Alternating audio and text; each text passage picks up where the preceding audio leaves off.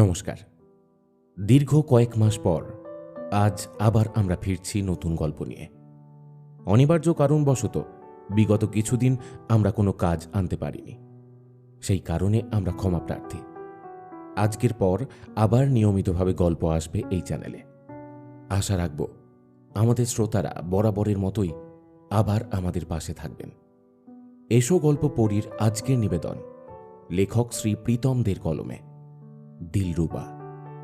সবার কাছে অনুরোধ রইল, গল্পটা শোনার পর অবশ্যই কমেন্ট করে আপনাদের ভালোবাসা জানাবেন। চ্যানেলকে নতুনভাবে এগিয়ে নিয়ে যাওয়ার জন্য আপনাদের অবদান অনস্বীকার্য। আশা করি এই কঠিন সময়ে আপনারা সবাই আমাদের পাশে থাকবেন।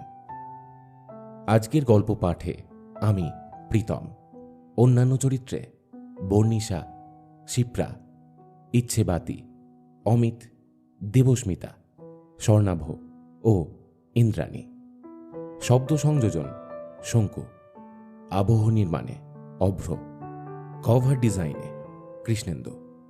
শুরু হচ্ছে এসো গল্প পড়ির আজকের নিবেদন লেখক শ্রী প্রীতম দের কলমে একটি ভিন্ন স্বাদের গল্প দিলরুবা।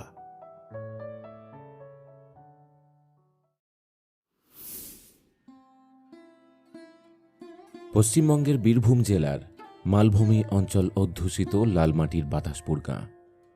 সময়টা 70-এর দশক। তখনও আধুনিকতার রঙের ছোঁয়া লাগেনি গ্রাম বাংলাতে। সেখানে পরশ খেলে যেত গ্রাম্য রীতিনীতি আর সংস্কৃতিতে মেশানো সহজ সরল আটপৌরে জীবনের স্পর্শ। পলাশ, মহুয়া, আম, জাম, সুপারি ঘেরা ছোট্ট গ্রামের স্টেশনটাতে ট্রেনটা যখন এসে পৌঁছালো তখন দুপুর গড়িয়ে বিকেল হয়েছে। দরজার মুখে দাঁড়িয়ে মুখ বের করে নাম ফলকটার দিকে চোখ রাখল মানিক। তারপর ট্রেন থামতে কাপড়ে মোড়া কাঁধে ঝোলানো থলের মধ্যেকার বাদ্যযন্ত্রটাকে ভালো করে ধরে ট্রেন থেকে নেমেই কাদামাখা মেঠো পথ দিয়ে প্রায় ঊর্ধ্বশ্বাসে হেঁটে চলল সাঁওতাল পল্লীর দিকে।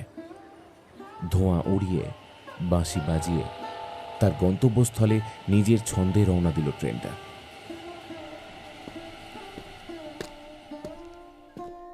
গাছের ফাঁক হতে গুমোট ভাদ্রের শেষ বিকেলের পরন্ত আলো এসে পড়াতে মাঝে মধ্যে ধাঁধিয়ে উঠছে চোখ দুটো। ঠিক যেন মনে হচ্ছে কেউ চকমকি পাথর ঠোকাঠুকি করছে পশ্চিমের দিগন্তে বসে। পুকুর পাড়ের ভিজে স্যাঁতস্যাঁতে বাঁশবনের মধ্যে দিয়ে মোড়ের মাথার বটতলাটায় এসে থমকে দাঁড়ালো। গাছপালাগুলো কেমন যেন নুইয়ে আছে। এদিক ওদিক তাকিয়ে মানিক আবারও রওনা দিল। এরপর পল্লীর খড়ের চালায় ছাওয়া বিচ্ছিন্ন কুঁড়ে ঘরগুলোর কাছে গিয়ে মানিক যখন পৌঁছালো ততক্ষণে পশ্চিমের ওই ঝিলিক দেওয়া পরন্ত বিকেলের শেষ আলোটুকু নিভে গিয়ে আঁধার নেমেছে প্রায়। কতগুলো শূকর তখনও শুকনো শুকনো কাদামাটি শুঁকতে শুঁকতে এদিক ওদিক ঘুরে বেড়াচ্ছে ঘরগুলোর আশেপাশে। লম্বা লাল ঝুঁটিওয়ালা মোরগগুলো উচ্চ স্বরে ডেকে উঠছে থেকে থেকে। এই সান্ধ্য গুমোট ভরা বসতিটাকে দেখে যেন অত্যন্ত নির্জীব বলে মনে হচ্ছে।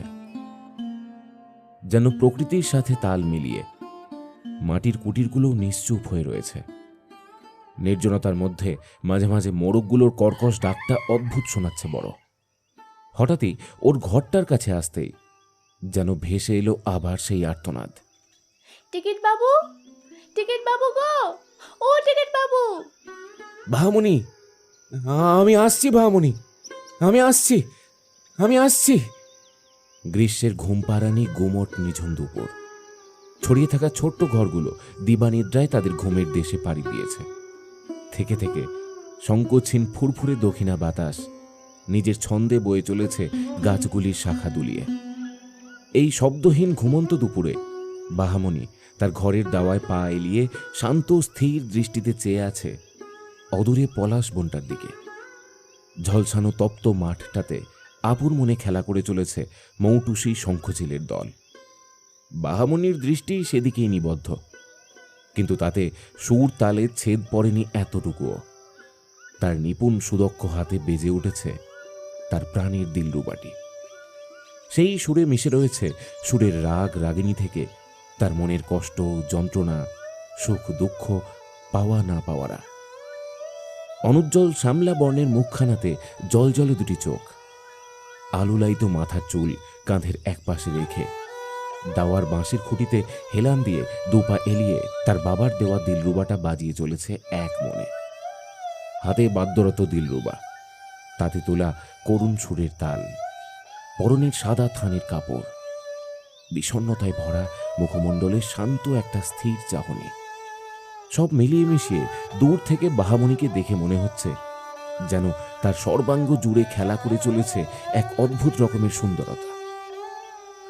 এই সুন্দরতা এমন এক ধরনের পার্থিব সৌন্দর্য যা কখনোই বিবর্ণ হয় না, যাকে হাজার দুঃখ শোক না পাওয়া ঘিরে থাকলেও, সেই শোকেরা তাকে বারবার আঘাত হানলেও তার মধ্যে সুপ্ত থাকা সৌন্দর্যের আলোটা প্রস্ফুটিত হয়ে উঠে ছাপিয়ে যায় সেই সব শোক দুঃখ যন্ত্রণাকে।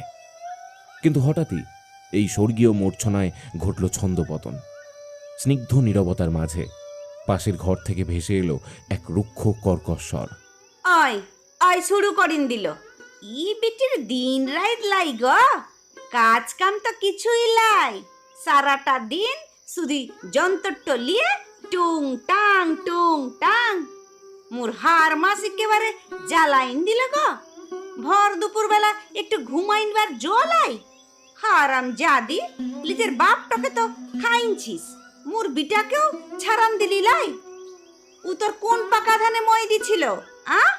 পোড়ার মুখী অলুক্ষী লুইহা মেয়েছিলা, জুমেও লিয়ে যায় না কেন তুকে? দরমার দরজাটা খুলে বেরিয়ে এলো বেশ হৃষ্টপুষ্ট চেহারার মাঝ বয়সী এক মহিলা। তার পরনের আধময়লা কাপড়, অর্ধপক্ষ কোঁকড়ানো উস্কো খুস্কো চুল, সবই দারিদ্রতার ছাপ স্পষ্ট করছে। গোলাকার বড় চোখ দুটিতে মিশে তীব্র ভৎসনার ছায়া, কটাক্ষপূর্ণ দৃষ্টি আর কটূক্তিতে বিদ্ধ করতে ব্যস্ত বাহামণির শাশুড়ি মতি। শাশুড়ির এহেন বাঁকা কথা তার নিত্যদিনের নিত্যপ্রহরের সঙ্গে, তাই খারাপ লাগা কষ্ট পাওয়াগুলো আজ তার কাছে নিতান্তই তুচ্ছ। সুরে তাল কাটতেই তার থেকে আঙুলখানি সরিয়ে চোখের কোণে ভেসে ওঠা জলের কোণা মুছে তার দিলরুবাটাকে নিয়ে উঠে চলে গেল বাহামণি নিজের ঘরে। তারপর সযত্নে সেটাকে রাখলো ট্রাঙ্কটার ওপরে। তখনও দাওয়া হতে ভেসে আসছে মতির তীক্ষ্ণ বিদ্ধ কর্কশ স্বর। পিছন দিকে কেবল আর চোখে একবার তাকালো বাহামণি। যেই দিন ও যুন্তরটো মুই লিজের হাতে ভাঙব, সেই দিন মোর বুক জুড়াইবে। বর মরিনছে কোনো সুক্তাব লাইগ, বাজনা বাজাইয়ে গাঁয়ের পর পুরুষ গুলারে শোনায়। বিহায়া ভারাম জাদি। বাহামণি আবারও তার সাধের দিলরুবাটাকে তুলে নিল নিজের বুকে। চোখের জল এসে পড়ল তারগুলোর ওপরে,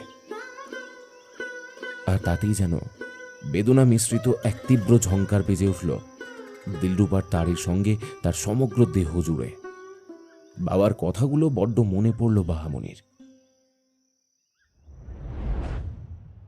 বাহামা, সারা জীবন তো তোরই বাপ তোর কাছে থাকবে লাই। তয় মুই যখন মরিন যাইব, তখন মরি দিলরুবাটো তো নিজের কাছে রাখবে। তোর বাপেরই সম্বল তোরে ফেলে দিস লাই মা। হাজারো কষ্ট লিয়ে তোর বাপ দিন কাটাইছে।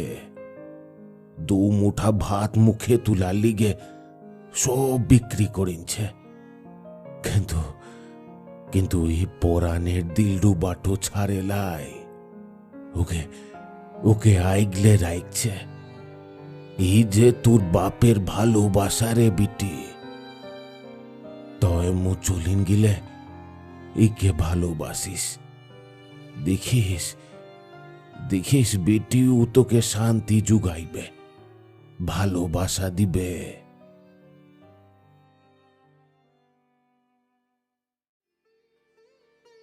মামরা ছোট্ট বাহামণিকে নিয়ে আহমদপুর গাঁ থেকে বাতাসপুর গাঁয়ে তার চাষি বন্ধু আব্দুলের বাসাতে আশ্রয় নেয় মুক্তারাম।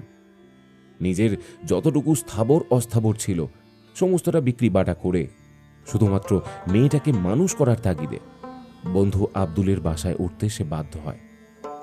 যেখানে পেটে খিদে এক মুঠো ভাত জোগানোর জন্য এত পরিশ্রম, মামরা মেয়েকে অযত্নে অবহেলায় লাঞ্ছিত হওয়ার হাত থেকে বাঁচানোর তাগিদ, তার মুখে সামান্য খাবারটুকু তুলে তাকে সুস্থ মতো বড় করার তাগিদ। সেখানে সেই মানুষগুলোর কাছে ধর্ম, জাত অন্তরায় হয়ে দাঁড়াতে পারে না। অস্তিত্বের জন্য বেঁচে থাকাটুকুই সেখানে প্রধান। কেই বা নেবে মুক্তারামের ছোট্ট বাহার দায়িত্ব? সকলে সামনে অনেক কথা বললেও পিছনে সেই বিষয়ে এড়িয়েই চলত। অগত্যা আব্দুলই ছিল একমাত্র ভরসা। ছোট্ট বাহামণি ধীরে ধীরে বাবার সঙ্গে বড় হয়ে উঠতে লাগলো লালমাটির বাতাসপুর গাঁয়ে এসে। কিন্তু এই সামান্য সুখ, এইটুকু শান্তিও বাপ মেয়ের নিয়তিতে ছিল না। তাদের গড়া ছোট্ট সংসারে একটু আনন্দ স্থায়ী হল না। এক ভর দুপুরে দাওয়া থেকে হঠাৎই ভেসে এলো আব্দুলের মেয়েটার সেই চিৎকার। বাহামণির কানে সেটা আজও বাজে। আপু, ও আপু, শিগগিরই আইসো গো, শিগগিরই আইসো। দেখো, চাচাকে সাপে কাটিচ্ছে। মাত্র 15তেই পিতৃহারা হলো বাহামণি। যতদিন লক্ষ্মীলাভ হচ্ছিল ততদিনই সে মাধ্যমের কদর ছিল। যেই মাধ্যমের পথ চিরকালের মতো বন্ধ হলো, অমনি বাহ্যিক খাতির, আদর, বন্ধুত্ব, আন্তরিকতা এক নিমেষে উবে গেল। মুক্তারামের অকাল মৃত্যুতে বড্ড একাকী হয়ে পড়ল বাহামণি। তার কাছ থেকে সবকিছু কেড়ে নিয়ে নিঃস্ব করে একসময় তাকে পথের ভিখারি করে দিল আব্দুল। তারপর কেবলমাত্র বয়ে চলা বোঝা চিরদিনের মতো নামিয়ে ফেলতে আর সমাজ ও লোকলজ্জার ভয়ে বাহামণির বিয়ে দিল বাহামণিদেরই জাতের এক রুগ্ন ছেলের সঙ্গে। নিজের ভাগ্যকে মেনে নিয়ে পরের ঘরে নিজের সুখের আশ্রয়টুকু খুঁজে নিল বাহামণি। কিন্তু সেই দাম্পত্য সুখও সইল না বাহামণির ভাগ্যে। নিয়তি অত্যন্ত নিষ্ঠুরতার সঙ্গে কেড়ে নিল তার সেই শান্তিটুকু। মাসখানেকের মধ্যেই বাহামণির শরীরে এওর ছাপ মুছে গিয়ে এসে পড়ল বৈধব্যের করাল ছায়া। নব যৌবনপ্রাপ্তা বাহামণি ক্ষণে ক্ষণে একের পর এক হারিয়েই চলেছে কেবল। ছোট থেকে তার আদর, ভালোবাসা, আশা, আকাঙ্ক্ষা, চাহিদারা তার কাছে এসেও ফাঁকি দিয়ে চলে যাচ্ছে বারে বারে। তার দরজায় কড়া নেড়েও তারা নিমেষেই আত্মগোপন করেছে তার কাছ থেকে। তার যে আর হারানোর কিছুই নেই। এইটুকু বয়সে সে আদর, ভালোবাসা থেকে অভাব, অপ্রাপ্তি, ছলনা, প্রতারণা, কটূক্তি, লাঞ্ছনা সবই দেখে ফেলেছে। কিন্তু এত অভাব অনটনের মাঝে বাবার দেখানো পথেই সে হেঁটেছে। বাবার কথার মান্যতা রেখেছে। তার বাবার সাধের দিলরুবাটাকে সে তার কাজ ছাড়া করেনি। আব্দুল সব কেড়ে নিলেও ওটাকে নিতে দেয়নি সে। নিজের কাছে সযত্নে আগলে রেখেছে।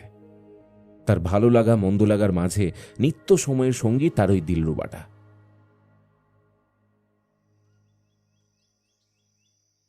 মতি, এ মতি, আরে ঘুমাইছিস নাকি রে? পরন্ত বিকেলের নরম আদর মাখানো আলো এসে পড়েছে কাঁকুড়ে মেটে দাওয়াতে। ইতিউতি আপন মনে খেলা করে চলেছে হাঁস মুরগিগুলো। শুকর ছানাগুলো ঘোঁত ঘোঁত শব্দ করতে করতে তাদের নাক ঘষ্টাচ্ছে মাঝে মাঝে। দূরে পলাশ আর মহুয়ার বনের দিকের আকাশ ছেয়ে এলো দীঘল কালো মেঘে। বোধ করি আর কিছুক্ষণের মধ্যেই বৃষ্টি আসবে ঝেঁপে। মানিকের মুখ চোখে একরা শূন্যতা যেন ভিড় করেছে এসে। তেষ্টায় তার বুকের ছাতি ফেটে যাচ্ছে জ্যৈষ্ঠের এই কাঠ ফাটা গরমে। তারই মধ্যে জন্তুগুলোর এই কর্কশ আওয়াজে তিতিবিরক্ত হয়ে উঠছে সে। ঘরটার সামনে এসে বার কয়েক হাঁকার পরও কারোর সারা না মেলায় আবারও চেঁচিয়ে হাঁক পারল সাগেন মান্ডি।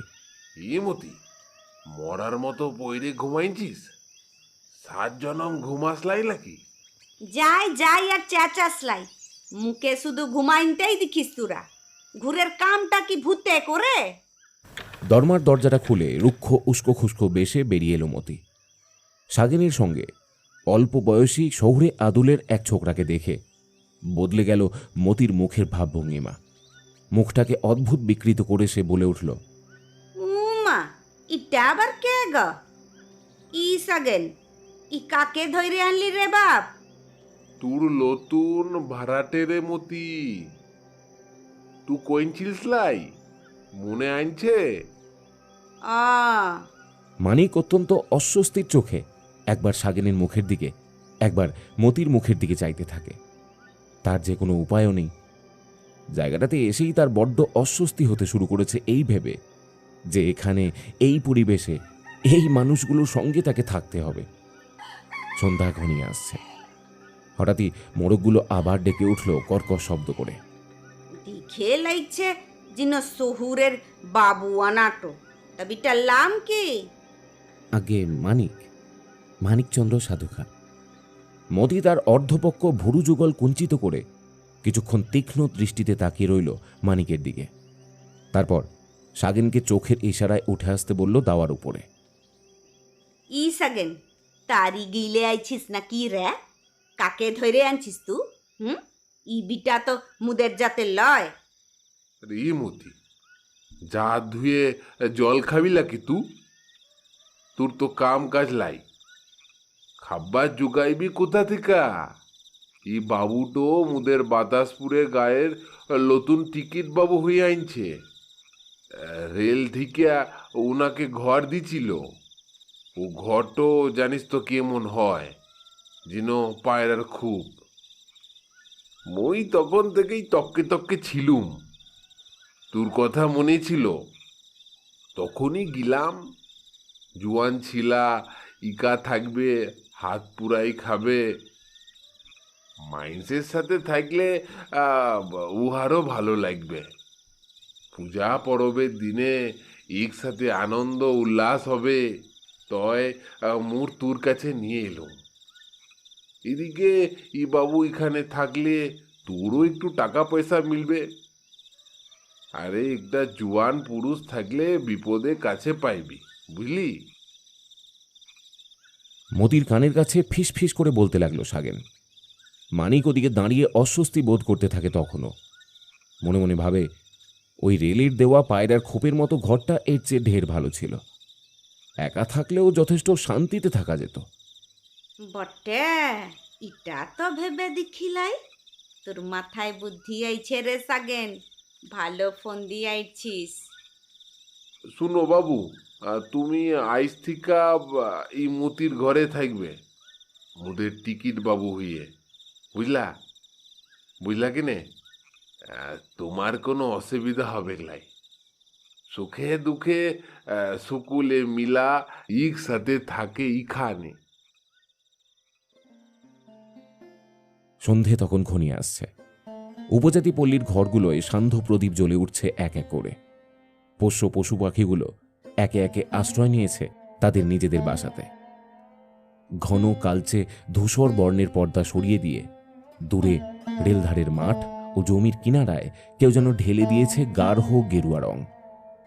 জমির আল ধরে চাষি ও বলদের দল ফিরছে তাদের সারা দিনের কর্মব্যস্ততা শেষ করে। আলপনা আঁকা পল্লীর তুলসী মঞ্চে জ্বলে উঠছে মৃৎ প্রদীপের ক্ষীণ আলো। এই নৈসর্গিক গ্রাম্য জনজীবনের মাঝে একাকী দাঁড়িয়ে শহরে আদব কায়দায় বেড়ে ওঠা মানিক কখনো কি ভেবেছিল শহরের চাকচিক্য জাঁকজমকপূর্ণ কংক্রিটের ঘেরাটোপ বেরিয়ে ধারে ধারে গোবিন্দপুরের মতো ধূলি ধূসরিত মাখা এই অজ পাড়াগাঁয়ে এসে তার ঠাঁই হবে? নেহাত সরকারি চাকরি আর পরিস্থিতির শিকার না হলে সে কখনোই রাজি হতো না এমন অসামঞ্জস্য পরিবেশে এসে তার জীবন কাটানোর জন্য। অগত্যা ওই সাজানো জাঁকজমক পরিবেশ থেকে বেরিয়ে এসে তাকে উঠতে হলো এই সংস্কৃতিহীন অশিক্ষিত এক উপজাতি পল্লীতে। সাগেন আর মতির কথা শেষে ঠিক হলো মানিকের থাকার ঘরের বন্দোবস্ত এখানেই হবে। দাঁড়ায় কি ভাবছো বাবু? পছন্দ হয় লাই? না মানে, মানিক ততক্ষণে নিজের সঙ্গে নিজেই কথা বলে চলেছে।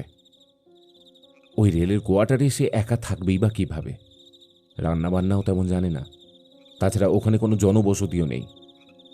কিছু একটা ভেবে নিয়ে মানিক দাঁতের দাঁত চেপে ধুতির কোছা তুলে বাক্স নিয়ে এগিয়ে চলল তার কর্মজীবনের নতুন বাসভবনে। লণ্ঠনের আবছা মৃদু আলোয় অপরদিকের ঘরের দরমার দরজার আড়াল হতে এতক্ষণ সমস্ত ব্যাপারটা নজরে রেখে চলল জলজলে একজোড়া চোখ। কে কে? ভয়ে ছ্যাঁত করে উঠল মানিকের বুকটা। চমকে উঠল আওয়াজটা শুনে। এই দুদিন হলো নিজের চেনা জমকালো জগৎ থেকে সম্পূর্ণ এক অচেনা জগতে সে এসে পড়েছে। এই দুদিনে সে বেশ বুঝেছে এই অচেনা পরিবেশের সঙ্গে তার মনের খাপ খাইয়ে নিতে ঢের সময় লাগবে। এক এক সময় মনে হতে থাকে এই নির্জনতা ছেড়ে, এই চাকরি ছেড়ে সে ছুটে পালিয়ে যাবে তার সেই চেনা ছন্দের শহরে জনজীবনে। কিন্তু একবার কাজ চলে গেলে সে কি সহজে আর তা ফিরে পাবে? বহু কষ্টে সে এই চাকরিটা পেয়েছে। আওয়াজটা পেয়েই ডুকরে উঠল বুকটা। শেষ ট্রেন চলে যেতেই কাজ থেকে পাত্তারি গুটিয়ে একাই সে ঘরে ফিরেছে। চারিদিক ঘন অন্ধকারে আচ্ছন্ন। ঝিঝির ডাক আসছে পাশের ঝোপ থেকে। ঘরে ফিরে নিজের ভাগ্যের কথাই ভাবতে থাকে মানিক। আর তার ভাবনাতে ছন্দপতন ঘটালো এই অদ্ভুত আওয়াজটা। চমকে উঠে পিছন ফিরতেই মানিক দেখল তার ঘরের দরজাটা খানিকটা ফাঁক হয়েছে, আর তার সঙ্গে কিছুটা যেন নড়ছেও। কে কে ওখানে? এবার আর নিজেকে গোপনে না রেখে আড়াল থেকে প্রকাশ্যে এলো মানিকের সন্দিগ্ধ শব্দের অধিকারিণী। মুই আছে বটে টিকিট বাবু। ঠিক সাদা বললে ভুল হবে। মানিক দেখল এক মলিন ধূসর থান পরিহিতা অল্প বয়স্ক কৃষ্ণকায় এক যুবতী। বড় বড় উজ্জ্বল তার চোখ দুটো, বড় মায়ায় ভরা। হাতে শাড়ির আঁচলে ঢাকা অবস্থায় ধরা আছে কিছু একটা। যুবতীটি তার জলজলে চোখ দুটি তুলে মানিকের দিকে তাকালো। মানিক তাকে এই দুদিনে দেখেনি। এই প্রথমবার এমনভাবে এত রাতে দেখে বেশ অবাকও যেমন হলো, তেমনি অপ্রস্তুত হলো খানিকটা। পরনের সুতির জামাটা ঠিক করে নিয়ে অবাক স্বরে বলল, কে আপনি? এত রাতে এখানে? মুই বাহামুনি, ই বাড়ির বউ আছি বটে। ও, তা কিছু বলবেন কি? বাহামণি এবার পিছন দিকে খানিক আড় চোখে তাকিয়ে শাড়ির আঁচলের তলা থেকে বের করে আনলো একটা টিনের থালা। তাতে বেড়ে রাখা মোটা চালের বেশ অনেকটা ভাত, আলু সিদ্ধ আর একটা বাটিতে কলাইয়ের ডাল। এ কি আপনি এসব? আপনি লিজে কিছু রেঁধেছেন বুঝি? না, মানে কৌটোতে মুড়ি আছে আর কাঁচা লঙ্কা পেঁয়াজ। রাতটা এসবে ঠিক চলে যাবে। আর সবে তো দুদিন এসেছি, গুছিয়ে নিতে খানিকটা সময় লাগবে। ও আপনারা ভাববেন না, একটা মানুষ ও ঠিক কোনোভাবে চলে যাবে। সাগিন খুড়া কি কইছে শুনেন লাই? ই গায়ে সুবাই এক সাথে থাকে। আপনি মুদের ঘরে মেহমান মানুষ তো আছেন। ই গায়ে আপনি নতুন, আপনার ভালো মন্দ দেখা দেয় মুদের আছে বটে টিকিট বাবু। ও লঙ্কা মুড়ি রেখে দিন, কাল সকালে খেয়ে কাজে যাবেন কিনে। মুই লিজে হাতে এইটুক ডাল ভাত এনেছিলাম, পুষ্ট করে এটা খেয়ে নিন। আরে না না, কষ্ট কিসের? আপনারা এতটা ভেবেছেন আমার জন্য? আর লিজে হাতে হাত পুড়িয়ে রাতে হবে ক্লাই টিকিট বাবু। না না, তা কি করে হয়? শুভ হয় টিকিট বাবু, শুভ হয়। রাইতে এসে আর রাইতে হবে ক্লাই, মই এসে খাবার দিয়ে যাব। কিন্তু এখন আসি, আপনি খেয়ে নিন, খাবার ঠান্ডা হয়ে যাবে। শাড়ির আঁচল টেনে বাহামণি চলে যেতে যাবে, ঠিক তখনই ডাক পারল মানিক। শুনছেন? বাহামণি তার মায়া জড়ানো চোখ দুটি মেলে চাইল মানিকের দিকে। মানিক খানিকটা অস্পষ্ট স্বরে বলল, বলছিলাম আজ সকালে, কাল সকালেও খুব সুন্দর একটা সুর ভেসে আসছিল। এই পাশের ঘর থেকে হবে মনে হয় এসরাজ জাতীয় কিছু কেউ বাজাচ্ছিল। আচ্ছা, এখানে আপনাদের বাড়িতে কেউ কি গান বাজনা করে? বাহামণি মানিকের কথা শুনে মাথা নিচু করে, কোনো কথাই আর বলে না। মানিক অবাক হয়ে বাহামণির মুখের দিকে তাকিয়ে থাকে প্রশ্নের উত্তরের আশাতে। ঠিক সেই মুহূর্তে হঠাৎই ভেসে আসে সেই তীক্ষ্ণ কর্কশ স্বরটা। বউ, ই বউ, গিলি কোথা? আরে ই বাহা! মা ডাকছে, মই চলি বরং, আপনি খেয়ে নিন। বলেই ঘোমটা টেনে বাহামণি দৌড়ে চলে যায় ঘর হতে। মানিক অবাক হয়ে তাকিয়ে থাকে খোলা দৌড় হতে অন্ধকারে আচ্ছন্ন নিভৃত আঙিনার দিকে। কালো মেয়েটা দৌড়তে দৌড়তে দাওয়ায় উঠে পিছু ফিরে একবার তাকায়, তারপর মুখ ঘুরিয়ে মিশে যায় আবছা আলো আঁধারি ঘরের মধ্যে।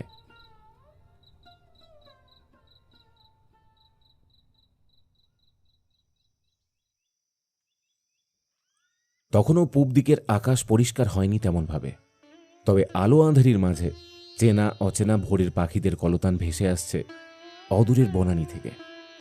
অন্ধকার থাকতে থাকতেই মানিকের ঘুম থেকে ওঠা এবং তারপর শরীরচর্চা করা নিয়মিত অভ্যাস। ভিন্ন পরিবেশে এসেও তার অন্যথা হয়নি। নিজের ঘরের দাওয়ায় শরীরচর্চা ও কয়েকটা ডন বৈঠক দেওয়ার পর হঠাৎই তার কানে ভেসে এলো আগের দুদিনের শোনা সেই সুমিষ্ট তারের বাদ্যযন্ত্রের সুরখানা। বড্ড কাছে টানে এই সুরটা, যেন কেউ তার আপনজনকে কাছে ডাকছে এই সুরের মাধ্যমে।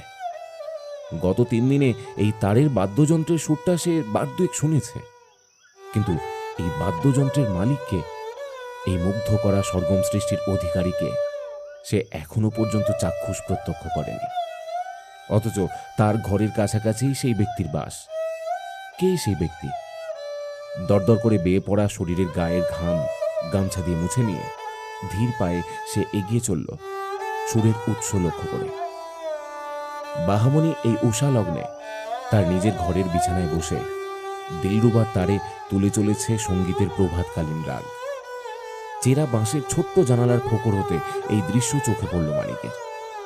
আর তা দেখা মাত্রই সম্পূর্ণ নির্বাক হয়ে গিয়ে জড় পদার্থের মতো নিথর হয়ে গেল মানিক। স্থির বিস্মিত চোখে তাকিয়ে রইল বাদ্যযন্ত্রটির তারের দিকে। এবার মানিকের দৃষ্টি গিয়ে পড়ল বাহামণির মুখের উপরে। তার 23 বছরের মস্তিষ্ক তখনই ঘুরে গেল, হৃদয় দুলে উঠল। মানিকের আচরণ খানিকটা অসংযত মনে হলেও সেই মুহূর্তে শিষ্টাচারের সূক্ষ্ম অনুশাসন মেনে চলার মতো তার হৃদযন্ত্রের অবস্থা ছিল না। তার 23 বছরের অপরিণত হৃদযন্ত্র একেবারেই অবশ হয়ে পড়েছিল। স্থির চোখের চোরা চাউনিতে সে চেয়ে রইল দিলরুবার তারে বেজে ওঠা ঝংকার থেকে জলজলে মায়া ভরা করুণ চোখ দুটির দিকে। বাহামণির জলজলে মায়া ভরা দুচোখ দিয়ে গড়িয়ে পড়ছে সংকীর্ণ জলের রেখা। মুখে মিশে আছে এক অদ্ভুত সৌন্দর্য। হঠাৎই মোরগের কর্কশ ডাকে মুগ্ধতায় ছেদ পড়ল মানিকের। খানিকটা চমকে উঠল সে। চারিদিকটায় একবার ত্রস্ত চোখে চোখ বুলিয়ে নিল। কেউ এখানে এই অবস্থায় ওকে দেখে ফেললেই সর্বনাশ। নিজেকে একটু সামলে দ্রুত পায়ে সে এগিয়ে চলল তার ঘরের দিকে। তখনও প্রভাতির আগে দিলরুবার সুর বেজে চলেছে বাহামণির হাতে।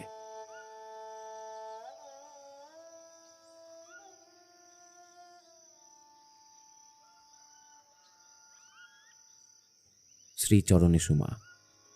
এই অজানা অচেনা 7 সমুদ্র 13 নদী পারে এই গণ্ড বাতাসপুর গ্রামে চাকরিটা পাওয়ার পর ভেবেছিলুম আমার জীবনটা বুঝি এখানেই শেষ। এমন একটা পরিবেশে কাজ করা তো দূরস্থ, একটা মুহূর্ত কিভাবে থাকবো এখানে আসার পর সেটা ভাবতেই আমার বেশ অস্বস্তি হচ্ছিল। কিন্তু জানো মা, মাত্র এই 3 দিনেই আমার মন নতুন করে ভাবতে শিখেছে, আমার চোখ দেখতে শিখেছে। আমি যা ভাবতুম, যা দেখতুম, আমাকে বুঝিয়ে দিয়েছে তা সম্পূর্ণ আলাদা। গ্রামের জানো তো একটা আলাদা মন আছে, একটা আলাদা অনুভূতি আছে, যা আমাদের ওই চাকচিক্যপূর্ণ শহরে ভাবধারায় নেই। আমাদের সঙ্গে এখানকার রীতি সংস্কৃতি, খাওয়া দাওয়া, রুচিবোধ, কথাবার্তা সম্পূর্ণ ভিন্নতা থাকলেও এই বিদ্যুৎহীন ধুলো কাদা সাথে গেঁয়ো উপজাতি পল্লী আমাকে যেন নতুনভাবে ভাবতে শিখিয়েছে, ভালো লাগাতে শিখিয়েছে। আমাকে জানো তারা অতিথির মতোই আদর করে আপন করে নিয়েছে। আমি ভালো আছি মা, খুব ভালো আছি। বাবার শরীরটা কেমন আছে জানিও? বুকের ব্যথাটা কি একটু কমেছে? সময় মতো ওষুধগুলো খাইও। আমি মাস পড়লে আবার সময় করে যাব। তুমিও শরীরের যত্ন নিও, আর চিঠির উত্তর দিও। ভালো থেকো মা। ইতি তোমার স্নেহের মানিক। এই কয়েকদিনের মধ্যে যে তার কি হলো মানিক কিছুতেই বুঝতে পারে না। উপলব্ধি করার চেষ্টা করে, কিন্তু কেমন যেন এলোমেলো হয়ে যায় সবটা। তবে এই অগোছালো ভাবটা যেন তাকে বিব্রত করে না, তাকে বিভ্রান্তিতে ফেলে না, বরং এই বিক্ষিপ্ততা তাকে শান্ত করে, মনে আনে এক অদ্ভুত টান, এক গভীর আকর্ষণ বোধ। ওই বাদ্যযন্ত্রটার মিষ্টি সুরটা কানে ভেসে আসা মাত্রই আড়ালে আবডালে নিজেকে গোপন করে মন দিয়ে শুনে চলে সেই মুগ্ধ করা সুর। কাজ থেকে ফিরে এসে বা কখনো কাজের বিরতিতে মনের মধ্যে ভেসে ওঠে বাহামণির কাজল কালো স্নিগ্ধ মুখখানা, বাহামণির পরম আতিথেয়তা। কানে কেবলই ভাসে গ্রাম্য মেয়েটার হাতের জাদুতে তোলা দিলরুবার সেই সুরধ্বনি। বাড়িতে ফিরে অপেক্ষায় থাকে কখন এই পাড়া গেঁয়ে উপজাতি মেয়েটা সাদা ঘোমটাটি টেনে এক হাতে লণ্ঠন আর এক হাতে নৈশভোজের থালা নিয়ে হাজির হবে তার ঘরের দাওয়াতে। তার আদো আদো মৃদু স্বরে আঞ্চলিক ভাষায় ডেকে উঠবে টিকিটবাবু নামটি ধরে। সেই সময় লণ্ঠনের ওই মৃদু আলোতে অদ্ভুত রকমের দেখতে লাগে বাহামণিকে। তার পরনের মলিন সাদা থান, গায়ের রং আর সুগন্ধি তেলের চুপচুপে মাথার চুলে এক অন্য রকমের সৌন্দর্য প্রকাশ পায়। কথাগুলো ভাবতে ভাবতে মানিক শিহরিত হয়ে ওঠে।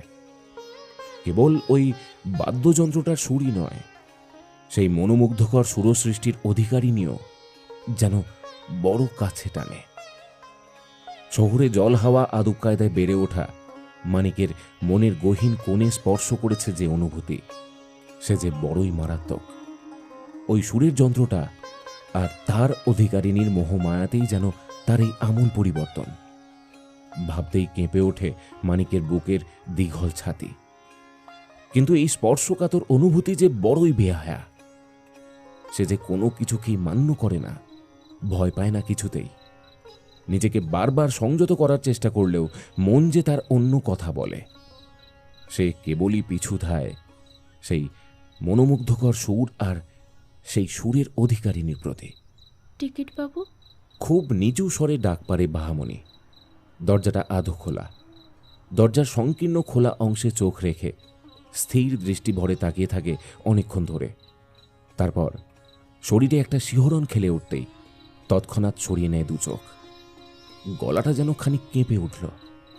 নিজেকে সরিয়ে নিয়ে দেওয়ালের পাশে গিয়ে দাঁড়ালো বাহামণি। হাতে শক্ত করে ধরা মানিকের জন্য রাতের খাবারের থালা। মানিক ঘরে ফিরে মাদুরের ওপর লণ্ঠনের আলোয় বইপত্র নিয়ে সবে বসেছে। রবীন্দ্র কাব্য উপন্যাস পড়তে ভারী ভালো লাগে তার। এখানে কাজে যোগ দেওয়ার পর সে বিশেষ সময় করে উঠতে পারে না নিজের জন্য।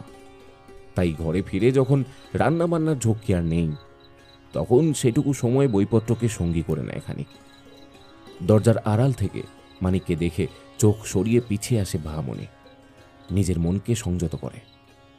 এই দৃষ্টিভঙ্গি যে বাহামণির চরিত্রের নয়, এ তার অপ্রাপ্তির, তার অপূর্ণতা থেকে সৃষ্ট মানসিক উৎপীড়ন। ছলছল করে ওঠে তার দু চোখ। তার চোখে যে কেবল অশ্রুই মানায়। সেখানে কোনো আকাঙ্ক্ষা, কামনা, বাসনা, চাহিদা কিছুই থাকতে নেই। সে যে বিধবা। কে কে ওখানে? ও বাহামণি। তা বাইরে দাঁড়িয়ে কেন? ভিতরে আসুন। ছলছল চোখ থেকে এক ফোঁটা অশ্রু গড়িয়ে পড়ল বাহামণির গাল বেয়ে। আঁচলে সেই জল মুছে খাবার নিয়ে ধীর পায়ে দরজার কাছে গিয়ে দাঁড়ালো বাহামণি। মানিক মন দিয়ে পড়ছিল শেষের কবিতা। একটা ক্ষীণ শব্দ হতেই সেই মনোযোগে বিঘ্ন ঘটল। বুঝল বাহামণি এসেছে খাবার নিয়ে। তাকে বই পড়তে দেখে হয়তো ডাকেনি। মানিক বই ছেড়ে লণ্ঠনের আলোটা খানিক বাড়িয়ে এগিয়ে গেল দরজার দিকে। বাহামণি মাথাটা খানিক নিচু করেই তার জলজলে চোখ দুটো তুলে তাকালো মানিকের মুখের দিকে। নির্বাক হয়ে পলকহীন দৃষ্টিতে দুজনেই একে অপরের দিকে চেয়ে রইল কিছুক্ষণ। তাদের মুখে কোনো কথা নেই। হঠাৎই নিঝুম রাতের নীরবতা ভেদ করে পাশের বন থেকে ভেসে এলো পেঁচার ডাক। পলক পড়ল বাহামণির। খাবারটা ধরুন। হ্যাঁ, কোন ঘোরে যেন আবিষ্ট হয়ে গিয়েছিল মানিক। ঠান্ডা হয়ে যাচ্ছে, ধরুন। খাবারের থালাটা হাতে দিয়েই কাপড়টা মুখের কাছে টেনে বাহামণি ছুটে চলে গেল তার ঘরের দিকে। তারপর ঘরে গিয়ে সঙ্গে সঙ্গে তুলে দিল দরজার শিকলটা। মানিক থালা হাতে ধরে একভাবে তাকিয়ে রইল বাহামণির ঘরের দিকে। বাহামণি ঘরের ভিতরে অদৃশ্য হতেই মানিকের গলা হতে খাদ্যনালীতে প্রবেশ করল একটা শুষ্ক ঢোক। আচমকাই তার মনেও যে ভালো লাগার পারদ চড়তে শুরু করেছে। সেই উষ্ণতাকে সে শীতল করবে কিভাবে?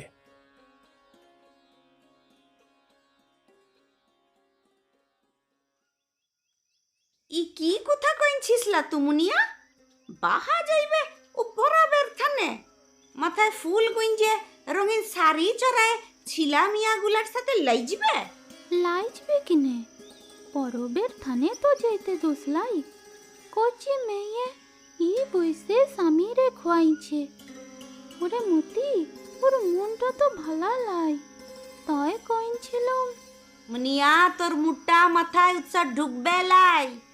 আজ পরবের দিন ওখানে কুতো ছিলা ছুকরা মরদের দল, তারা সব লেসায় বুঁদ গান বাজনা লাইছে, সব মেইতে রয়েছে। ওখানে যাইবে বাহা, তোর সব বুধ লোপ পাইছে রে মনুয়া, সব বুধ লোপ পাইছে। চল চল, এখানে বইসে আর দেরি করিস লাই, ওদিকে যে শুরু হইন গিল। টিকিট বাবু পরবের থানে গেলে ভালো হতো। মুদের এই পালা পরব তো ও দেখে লাই, ওসব দেখলে ওর মন খুশ লাগতো।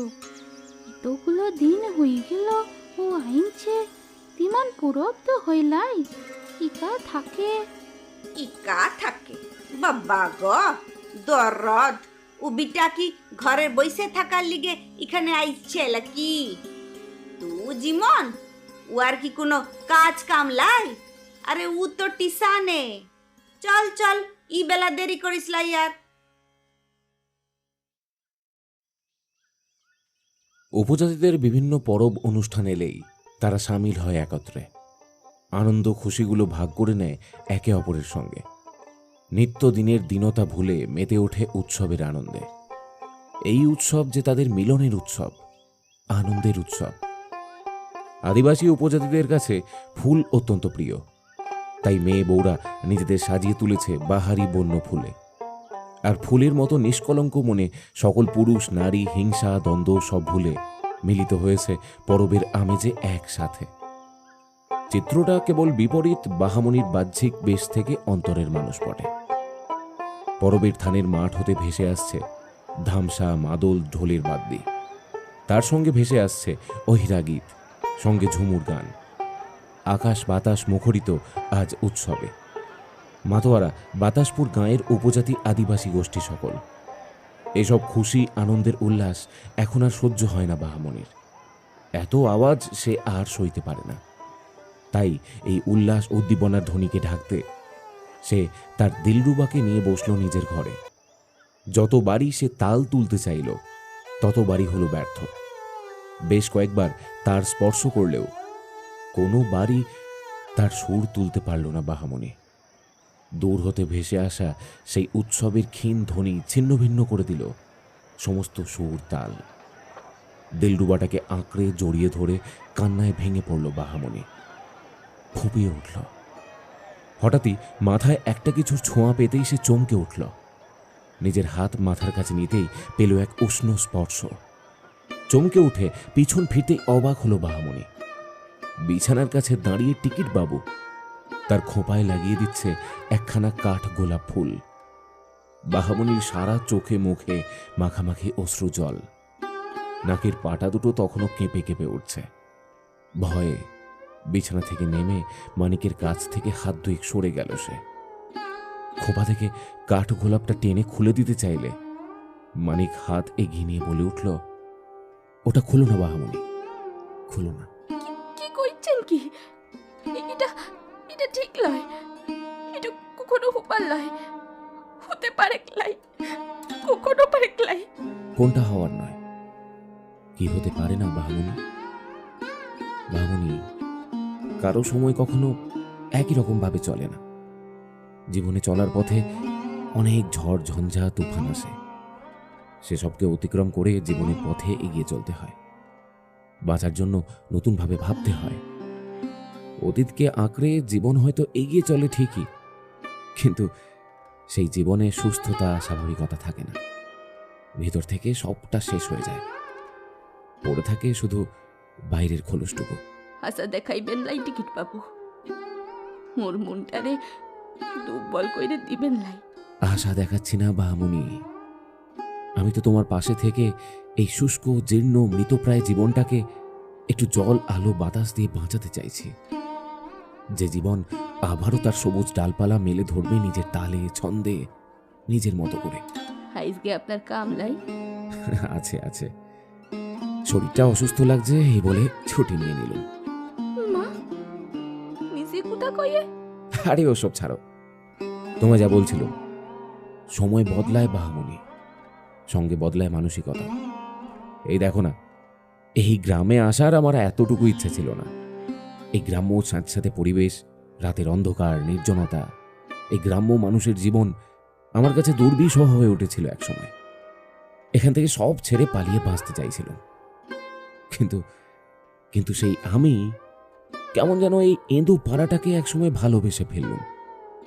কোনো একটা মায়ার ঘোরে জড়িয়ে পড়লুম, কিন্তু তাই বলে সেই জাল থেকে বেরোনোর কোনো ইচ্ছেই আমার নেই। তোমার সুরের মাধুর্য আমার মনকে বিভোর করে তুলেছে ভামনি। আর কেমন করেছে তোমাকে ভালো। ই হয় টিকিট বাবু, দুনিয়ার নিয়মগুলা যে ই কিকটা তারে বাধা গো। উতার সিরা তো সহজ কাম লয় বটে। সমাজ কোনো মতেই ইসব মানবে লাই। ও যে বিধবা আছি বটে টিকিট বাবু। এইভাবে বাঁচা যায় না বাহামণি। সমাজ, সমাজ, এই সমাজ যে মানবে না তা আমি বেশ ভালো করেই জানি। বাহামণি, সহজকে আমরা কঠিনের আবরণে ঢেকে রাখি, তাই প্রকৃত সহজের আসল গভীরতা আমরা অনুভব করতে পারি না। সহজ করে ভাবতে শেখো বাহামণি, নিজের মনের কথা শোনো। জানো, প্রথমটায় আমারও ইতস্তত হচ্ছিল, বড্ড দ্বিধা হচ্ছিল, মনে একটা পাপবোধও কাজ করছিল। ভাবছিলুম এসব আমি কি ভাবছি। কিন্তু ভালো লাগা, ভালোবাসা, এসব কি কখনো পাপ হতে পারে? বাহামণি, বাহামণি, একটা সত্যি কথা বলো তো আমাকে।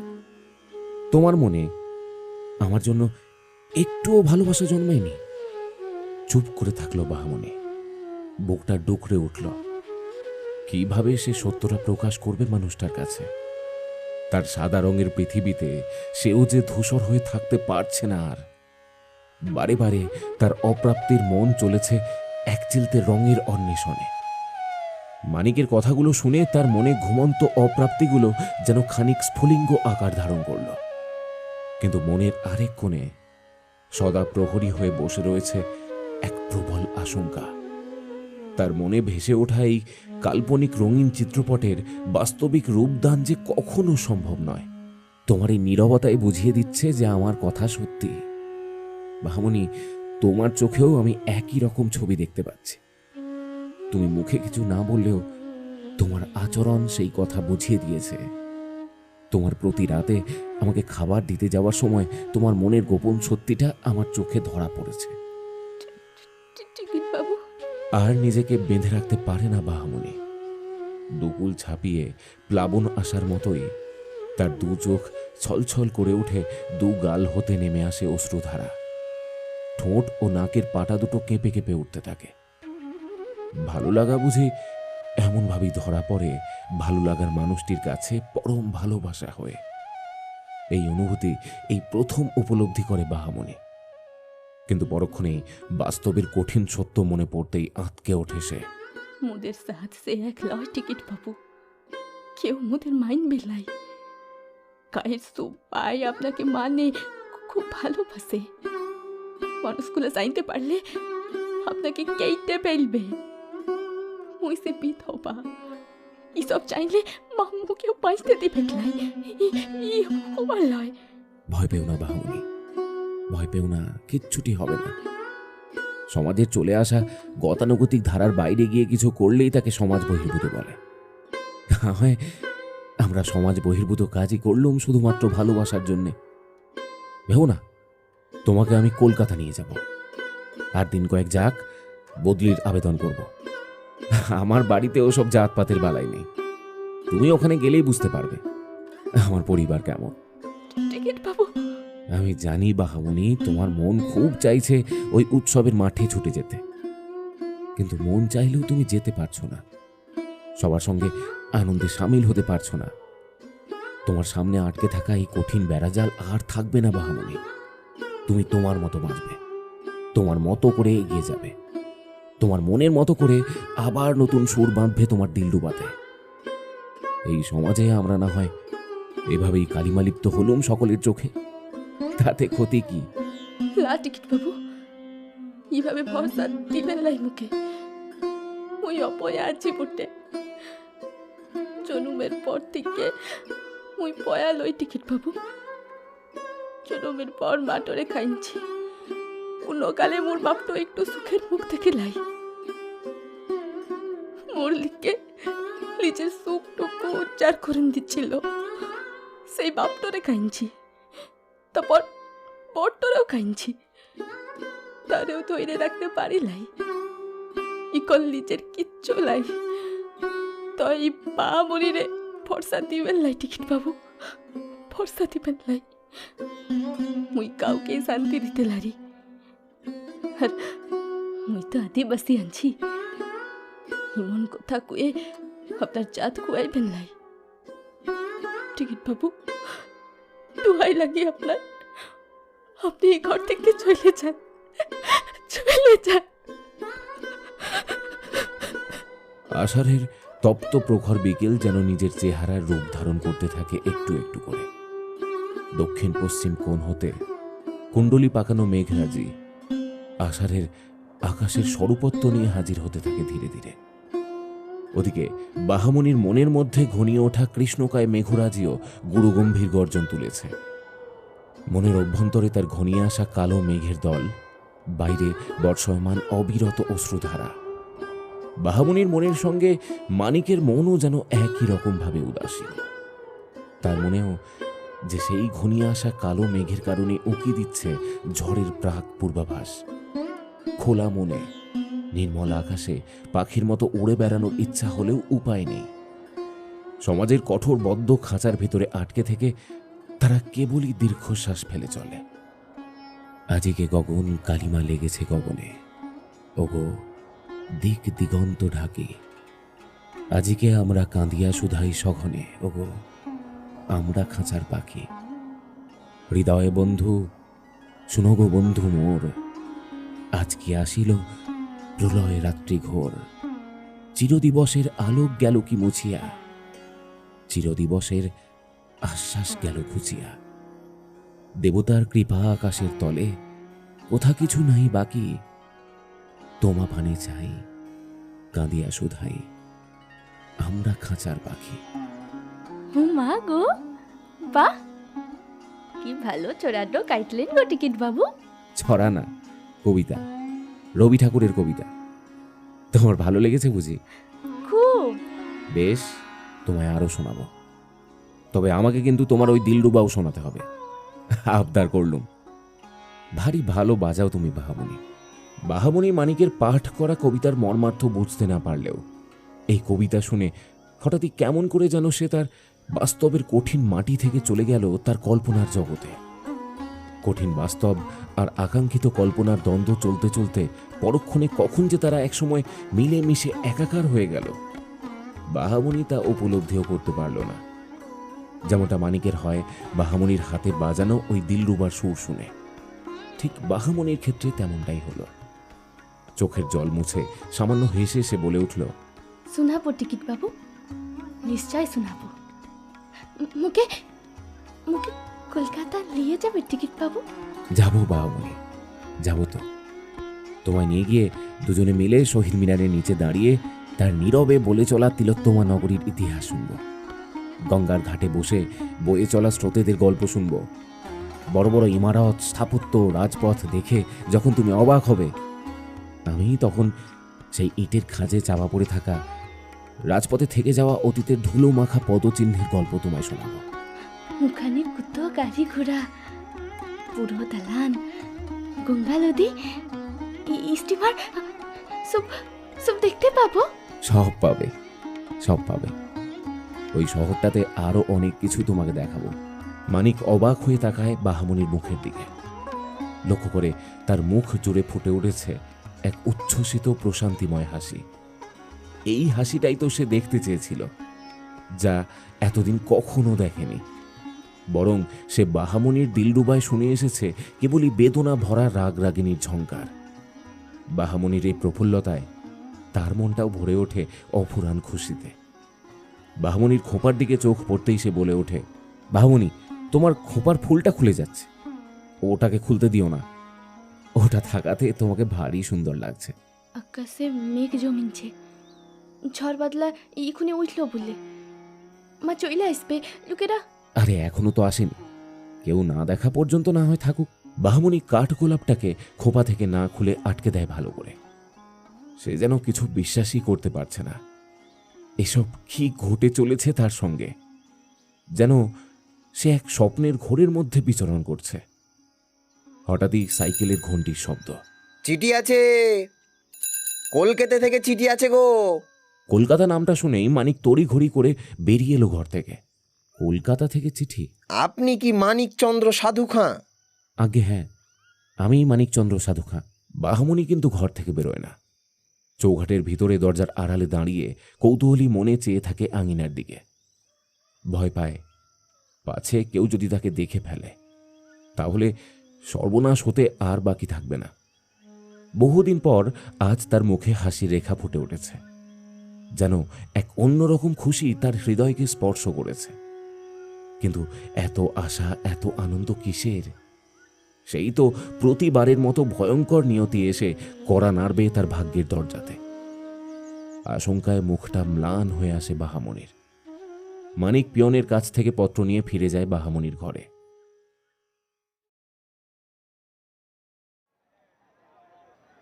তু কি রে মতি, বউটো ঘরে ইকা রইছে, উয়ার মনটো খারাপ লাগে ক্লাই। ইতক্ষণ তুই এখানে বাচ্চা মেয়েডো উয়াকে লিয়ে আইলে দুষ্টি বা হুতো কি? মুদের সাথে চুপটি করে দাঁড়াইন থাকতো। চুম্মার লিয়ে আইতম, উ বেটি অপয়া লিজের বাপটারে খাইনছে, মোর ছেলেটারে খাইনছে, ওর চাচা ওরে তার আইন দিছে, উ অপয়াটারে কে রাখবে? শুন বিন্দি, মোর দরদের পরাণ তয় রাখছি, নয় কোন দিন তার আইন দিতাম। কে আইনবে পরাবের থানে, ইমার আঙ্গুরুর থানে। উমা, ও কি কোতা মতি? ওরে থাম, তোরা থাম। আজকের খুশির দিনে তোরা নিজেদের মধ্যে কুন্দল করবি? আরে ইয়ে মতি, ভেবে দেখিস বিন্দি খারাপ কিছু তো কয় লাই রে। থাম তো। বেশ থামলুম, কিন্তু একটা কথা মতি, একটু আগে মুই যখন ঘর গিয়েছিলাম লাই, তখন দেখলাম তোর ঘরে জংশনের ডাক বাবুটি রে। মনে লাগে টিকিট বাবুর ডাক আইছে। ওয়াকে দেখলাম পত্তর লিতে। ইয়ে মতি, তুই তখন কইলে টিকিট বাবু টিসানে, ইত তাড়াতাড়ি ছুটি হইন গেল আর। টিকিট বাবু? কি বলিস তু? ও ছুকরা রাইজ কামলাই ছুটি হইন গেছে? অত্যন্ত চিন্তিত মুখে কথাগুলো আউড়ে সেখানে আর এক মুহূর্ত না দাঁড়িয়ে ভিড় ঠেলে স্থূল চেহারা নিয়ে হন্তদন্ত হয়ে এগিয়ে চলল ঘরের দিকে। মতি, কোথায় চুললি রে? আরে এই মতি, আরে ইয়ে মতি। কারোর কথাই কর্ণপাত হল না মতির। ওদিকে পশ্চিম আকাশে ঘনিয়ে আসছে মেঘ, সঙ্গে বইছে জোলো হাওয়া। এত আনন্দ, খুশির জোয়ারের মধ্যে হঠাৎই পড়ল ভাটার টান। ঝড় বৃষ্টিতে সব তছনছ হওয়ার আশঙ্কায় সাত তাড়াতাড়ি তাদের গান বাজনা বন্ধ করে দিল মানুষগুলো। ভিড় ফিকে হতে শুরু করলো পরবের মাঠের। কাইলি চইলে যাইতে হবে টিকিট পাবো? হ্যাঁ বাহামণি, মা চিঠি পাঠিয়েছেন। বাবার শরীরটা খুবই খারাপ করেছে, হার্টের অসুখটা আবার বেড়েছে। আমি এখানে আসার সময় তো বেশ ভালোই ছিল, মাঝে চিঠিতে জানলুম ঠিকই আছে, কিন্তু হঠাৎ করে এখন জানি না কি হলো। বাহামণি, এখনই আমাকে একবার স্টেশনে যেতে হবে, ছুটির আবেদন জানাতে হবে। কাল ভোরে ট্রেন। তুমি চিন্তা করো না, আমি তো আবার ফিরে আসব, ততদিন তুমি একটু সাবধানে থেকো। অত্যন্ত চিন্তিত হয়ে কথাগুলো বলে মানিক আর এক মুহূর্ত দেরি করে না, সঙ্গে সঙ্গেই ঘর থেকে ছাতাটা নিয়ে বেরিয়ে পড়ে স্টেশনের দিকে। বাহামণি দড়ির কাছে এসে দাঁড়ায়, বিষণ্ণ মুখে খোঁপা হতে কাঠ গোলাপটিকে খুলে এনে হাতের তালুতে রাখে। তারপর মানিকের হেঁটে যাওয়া পথের দিকে চেয়ে থাকে আনমনে। বাহা, তুই এখানে দাঁড়াইয়ে? চমকে ওঠে বাহামণি। পরবের লাইজ গান আনন্দ ভেঙে গেল বুঝে। হায় মারাং গুরু, কষ্ট একেবারে কালসেটে হইন গেল, এখনই বাদলা আইলো বলে। হ্যাঁ, বাদলা আইলে লাইজ গান ভাঙবে লাই তো কি হবে, কিন্তু মুই কি শুধাইছি কানে যায় লাই? টিকিট বাবু কোথায়? ও ছুকরা রাইজ কাম লাই? হাতের তালুতে ধরা কাঠ গোলাপটাকে মুঠোর মধ্যে শক্ত করে ধরে রাখে বাহামণি, পাছে মতি যদি দেখতে পায় সেই ভয়ে। মুনিয়া কইল মুদের ঘুরে ডাক বাবুটি আইন ছিল, টিকিট বাবু পত্তর লিছে, তা সে কোথা? দৌড়টো তো শিকল তুলা। বাহামণি এই ভয়টাই পাচ্ছিল। তার শাশুড়ি মা সবটা জেনে এসেছে, আকাশের মুখ থেকে নয়। তিনি টিকিট বাবুকে এই ঘর থেকে বেরোতে দেখেননি তো। ভাবতেই তার হাত পা কেঁপে উঠল। মিথ্যে বলা ছাড়া সে যে অনুপায়। চুপ মারি নাচিস কেনে? ডাক বাবুটির আওয়াজ শুনলাম, বেরিয়ে দেখলাম টিকিট বাবু পত্তর নিয়ে কোথায় চলেন গেল। মতি স্বস্তির নিঃশ্বাস ফেলে চলে যায় তার ঘরে। নিমেষের মধ্যেই আকাশ ভেঙে পড়তে শুরু করে অজস্র বাড়িধারা। শুরুতে বড় বড় ফোঁটার পরই পলাশ বনের দিক থেকে শোঁ শোঁ শব্দে ঝেঁপে এলো মুষলধারে। ঘরের ভিতরে ছোট্ট জানলাটার ধারে দাঁড়িয়ে আকাশ ভাঙা বৃষ্টির দিকে একভাবে উদাস মনে তাকিয়ে থাকে বাহামণি। তাদের এই কল্পনার সুতোয় গাঁথা মালার বুনন আদৌ কি মজবুত হয়ে থাকবে, নাকি বিনি সুতোর মতো হয়ে পড়বে ক্ষণভঙ্গুর? ক্রমশ বৃষ্টির বেগ যেমন বেরিয়ে চলে, তেমনি তার মন জোয়ারের জল যেন দোকুল ছাপিয়ে ওঠে তার হৃদয়ে। তার কাছে এই ভাবনা যে আকাশ কুসুম।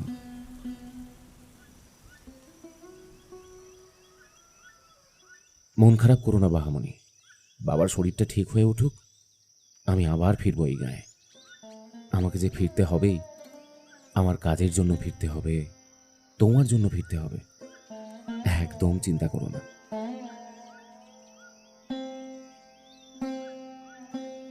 আজও আকাশের মুখটা ভার, ঠিক আষাঢ়ের বাদল দিনের মতোই।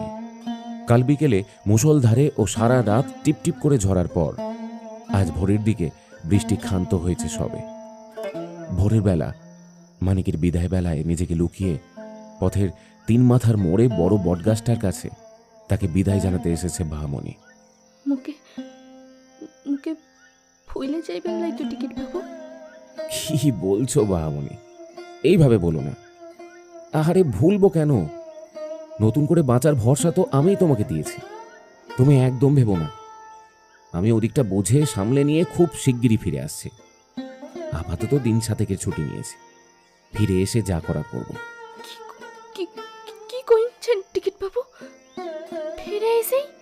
হ্যাঁ বাহামণি, তুমি চিন্তা করো না, বিয়েটা হবেই। তবে এই কয়েকদিন তুমি নিজেকে সাবধানে রেখো। আর হ্যাঁ, তোমার কাছে কোনো আংটি বা কানের দুল আছে? আংটি কানের দুল কেন টিকিট বাবু? ওসব দিয়ে কি হবে? চিহ্ন। যতদিন আমি এখানে থাকছি না ততদিন তোমার ব্যবহৃত কোনো চিহ্ন আমার কাছে থাকবে, আর আমার কোনো জিনিস তোমার কাছে।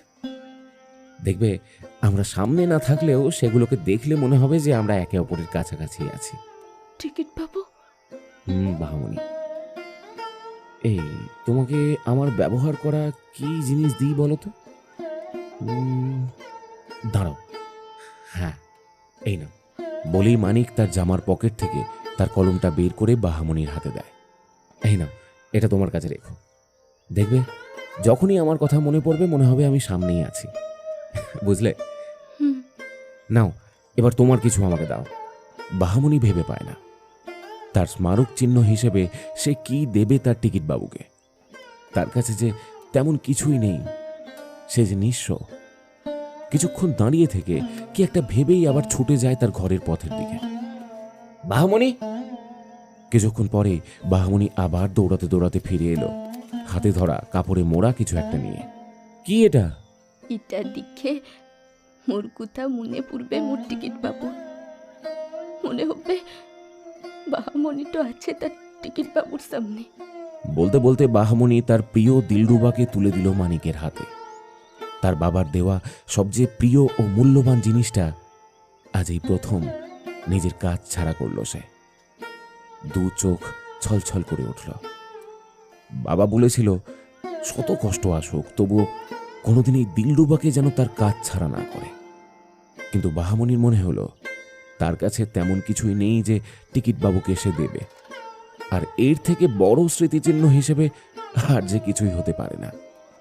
টিকিটবাবুও তো রোজকার ব্যবহারের তার নিজের কলমটা তাকে দিল। বাহামণি অশিক্ষিত হতে পারে, কিন্তু শিক্ষার মর্ম সে বোঝে। তাছাড়া টিকিটবাবু মানুষটাই এমন যে তার দেওয়া তার প্রিয় জিনিসটার মর্ম তিনি নিশ্চয়ই বুঝবেন। তিনি যে তার মনের মানুষ। বাবা ওপর থেকে সব দেখছেন, তিনি কিচ্ছুটি মনে করবেন না, বরং দেখে খুশি হবেন। তুমি তোমার প্রিয় জিনিসটা দিয়ে দিলে? মোর কাছে আর তো কিছুই লাই টিকিটবাবু। তাছাড়া আপনি তো ইকেলিয়ে পলান যাচ্ছেন লাই, আবার তো ফিরে আসবেনই গায়ে। চুপ করে যায় মানিক। গ্রাম্য সহজ সরল মেয়েটা কতখানি না তাকে ভালোবেসেছে। কাউকে কতটা ভালোবাসলে তার প্রিয় জিনিসটাও কেউ দিয়ে দিতে পারে। এই সহজ সরল মেয়েটার ভালোবাসার মান ও রাখবে। বাহামণির জীবন নতুনভাবে রাঙিয়ে তুলে তার সব আশা পূরণ করবে। বেশ, আমি এটাকে দেখব আর তোমার কথা ভাববো, আর সবটা সামলে যত তাড়াতাড়ি পারি তোমার এই দিলরুবাকে নিয়ে আবার ফিরে আসব। একটা অনুরোধ। কি? তোমার মতো না হলেও আমিও কিন্তু অল্প বিস্তর গান বাজনা জানি। এটা বাজাতে পারি তো? লাজ দিবেন লাই টিকিটবাবু, আপনি মুখে সুদ হয়েছেন। ছি ছি। বাহামণি শাড়ির আঁচলটা টেনে লজ্জায় মুখটা ফিরিয়ে নিল। অপরদিকে মানিকও মৃদু হেসে উঠল। বর্ষার নতুন জল পেয়ে সিক্ত গাছের ডালপালাগুলো দুলে চলেছে মৃদু হাওয়াতে। গাছগাছালির সিক্ত শাখায় ভোরের পাখিরা তাদের কুহুতানে মত্ত। সঙ্গে তাল মিলিয়ে ঘুম ভাঙানোর ডাক ডেকে উঠল পল্লীর মোড়কগুলোও। বেশ, আসি তবে। এখন না বেরোলে আবার দেরি হয়ে যাবে। ট্রেনের সময় হয়ে এলো। তুমি আর এখানে দাঁড়িয়ে থেকো না। সকাল হতে তো আর বেশি দেরি নেই। সবার ঘুম ভাঙবে, কেউ দেখে ফেললে বিপদ। সাবধানে থেকো, আর একদম ভাববে না। আমি সময় মতো ঠিক ফিরে আসবো, কেমন? আপনিও সাবধানে যাইবেন টিকিটবাবু, নিজেকে সাবধানে রাখবেন, ঘরের মানুষগুলোরে দেখবেন, আপনার বাপটোরে ভালো কভারেজ দেখাইবেন। মারাংপুরু ভালো রাখো, সুবারে ভালো রাখো। আসি। দিলরুবাটাকে কাঁধে তুলে এক হাতে বাক্সটা নিয়ে হাসি মুখে বাহামণির থেকে এই বাতাসপুর গ্রাম থেকে বিদায় নিল মানিক। হাত নেড়ে হাসি মুখে মানিককে বিদায় জানালো বাহামণিও। দূরে ঘোলাটে পথের বাঁকে মানিক মিলিয়ে যেতেই বাহামণি দ্রুত পায়ে এগিয়ে চলল তার ঘরের দিকে। বাবা, মুখে মাফ করো বাবা, মুখে মাফ করো। কোন সুখ দেখে তার মানে মোথায় ছিলাম, ফুলেই মারছিলাম। ওই যে বিধবা আছি, ওই যে অপয়া আছি। মোর বরাতে যে সুখ শান্তি ভালোবাসা লিখা লাই। মাফ করো বাবা, তোমার কথা মুই রাখতে পারিলাই। তোমার পরাণের ওর দিলের দিলরুবাটুকে মিলাইয়ে দিলাম। ও টিকিটবাবুটোরে যে ওই বুট্টু মানছিলাম মনে, বুট্টু ভরসা করছিলাম তারে। ও মানুষটা মনে ঠকাইন চইলেন গেল। ও যে চইলেন যাবে ও বুঝতে লারি বাবা, ও বুঝতে লারি।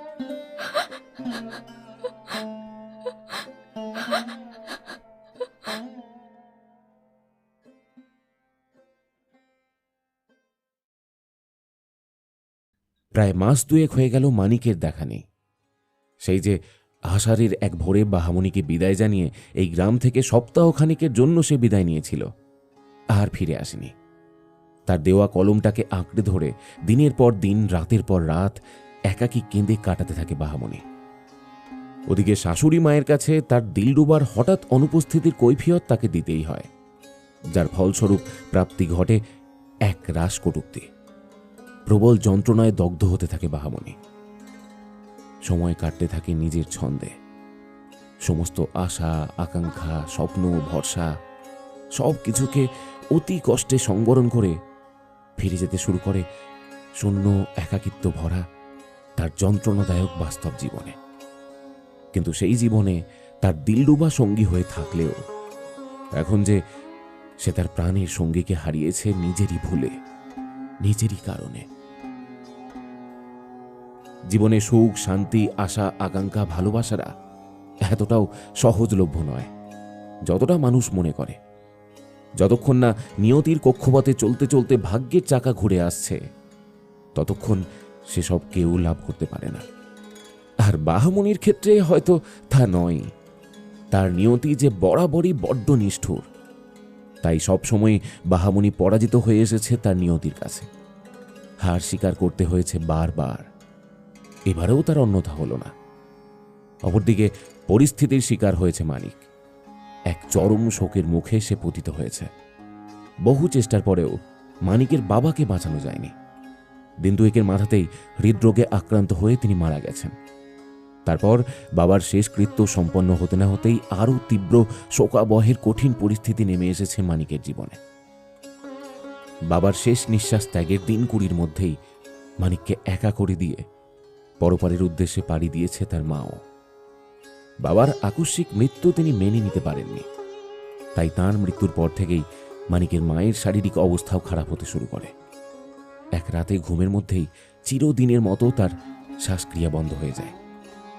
এত অল্প বয়সে পরপর চোখের সামনে কাছের মানুষগুলোর এমন অস্বাভাবিক মৃত্যু মানিককে একেবারে ভিতর থেকে দুমড়ে মুচড়ে শেষ করে ফেলেছে। প্রচণ্ড আঘাতে একেবারে ভেঙে পড়ল সে। এত বড় আঘাত, শোক তাকে প্রায় ভুলিয়েই দিল বাহামণিকে দেওয়া কথা। শোকে, তাপে, আঘাতে তার মন তখন এতটাই জর্জরিত যে ভালোবাসা সেই মনে তখন নেহাতি তুচ্ছ। অপরদিকে কয়েকশো কিলোমিটার দূরে ছোট্ট অখ্যাত বাতাসপুর গাঁয়ের সহজ সরল গ্রাম্য বিধবা বাহামণি দিনের পর দিন, রাতের পর রাত তার টিকিটবাবুর চিন্তায় পথ চেয়ে মনের সঙ্গে যুদ্ধ করে কাটিয়ে চলেছে তার যন্ত্রণাময় জীবন। কিন্তু মানিকের তখন কি বা করার ছিল? সবটাই যে তাদের ভাগ্যের পরিহাস। তারা দুজনেই নিয়তির শিকার।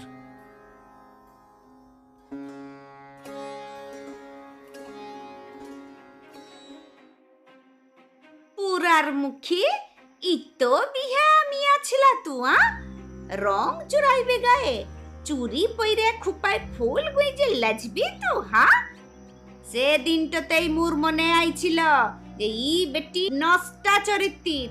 মুই ঠিক আন্দাজ করেছিলাম পর পুরুষ দেখে হামলাই পুরা ই বিটির স্বভাব। ইদিন মোর হার মাস জ্বালাইছিস ডাইনি, তু মোর বিটাকে খাইছিস। মোর ঘরে মোর ভিটে থেকে এখন উপর পুরুষের সাথে লট ঘট। আহা, মোর টিকিট বাপুরে ভালোবাসছিলাম। কুতো পিরিত গ, কুতো সুহাগ, লিজের হাতে খাবার দিয়ে আসা, বাজনাটারে বিলাই দেওয়া। মোর দিলরুবা মোর সাথে আছে। আহা, মোর মাপ দিচ্ছে। ওকে কাজ ছাড়া করবো লাই বটে। কুতো বুড়ো বুড়ো ভাষণ, সব ভাষণ চুলাই গেল। বিধবা হইয়ে উজাতে ছুগরার সাথে পীড়িত, সাহস কত বিটির। তখন ও ছুগরাকে ঠাঁই দেওয়া মোর ভুল হইছিল। সাগেনের কথা শোনাই মোর ভুল হইছিল। সমাজের মান, ই মতির মান রাখলি লাই তুই হারামজাদি। মোর ভিটেতে তো ঠাঁই লাই, আর ঠাঁই লাই মোর ভিটেতে। বেরাইন যা বিহা, ইখনই বেরাইন যা। ঘরে বসে বাহামণির কান্নার সঙ্গে বলা কথাগুলো শুনতে পায় মতি। তার দিল্লুবার খবর তো সে আগেই জেনেছে, যদিও তা পুরোপুরি সত্যি নয়। বাহামণি তাকে আসল সত্য জানায়নি। মতি কেবল জানত দিল্লুবার ছিঁড়ে যাওয়া তার টিকিটবাবু শহরে নিয়ে গিয়ে সারাই করে এনে দেবে। কিন্তু এখন যে পরিস্থিতি এসে দাঁড়িয়েছে বাহামণির সামনে, তাতে মিথ্যের আড়ালে সত্যকে গোপন করে রাখার কোনো অর্থই নেই।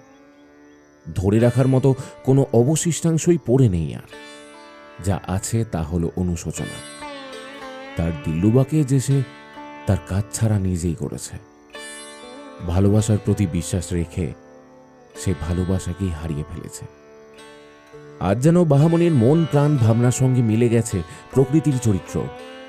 একই ভরা ভাদ্র, তার উপর সকাল থেকেই গুমট ভরা আবহে মুড়ে রেখেছে যেন গোটা গ্রামটাকে। দেখতে দেখতে বিকেল গড়াতে না গড়াতেই কালো চাদরটা ঢেকে ফেলল গোটা আকাশ। সন্ধ্যা নামতেই আঁট দিয়েছে যে যার ঘরের দোরে। গৃহপালিতগুলোকেও ঘরের বাইরে দেখা যায়নি তেমন, তারা আর নিজের বাসাতেই রয়েছে।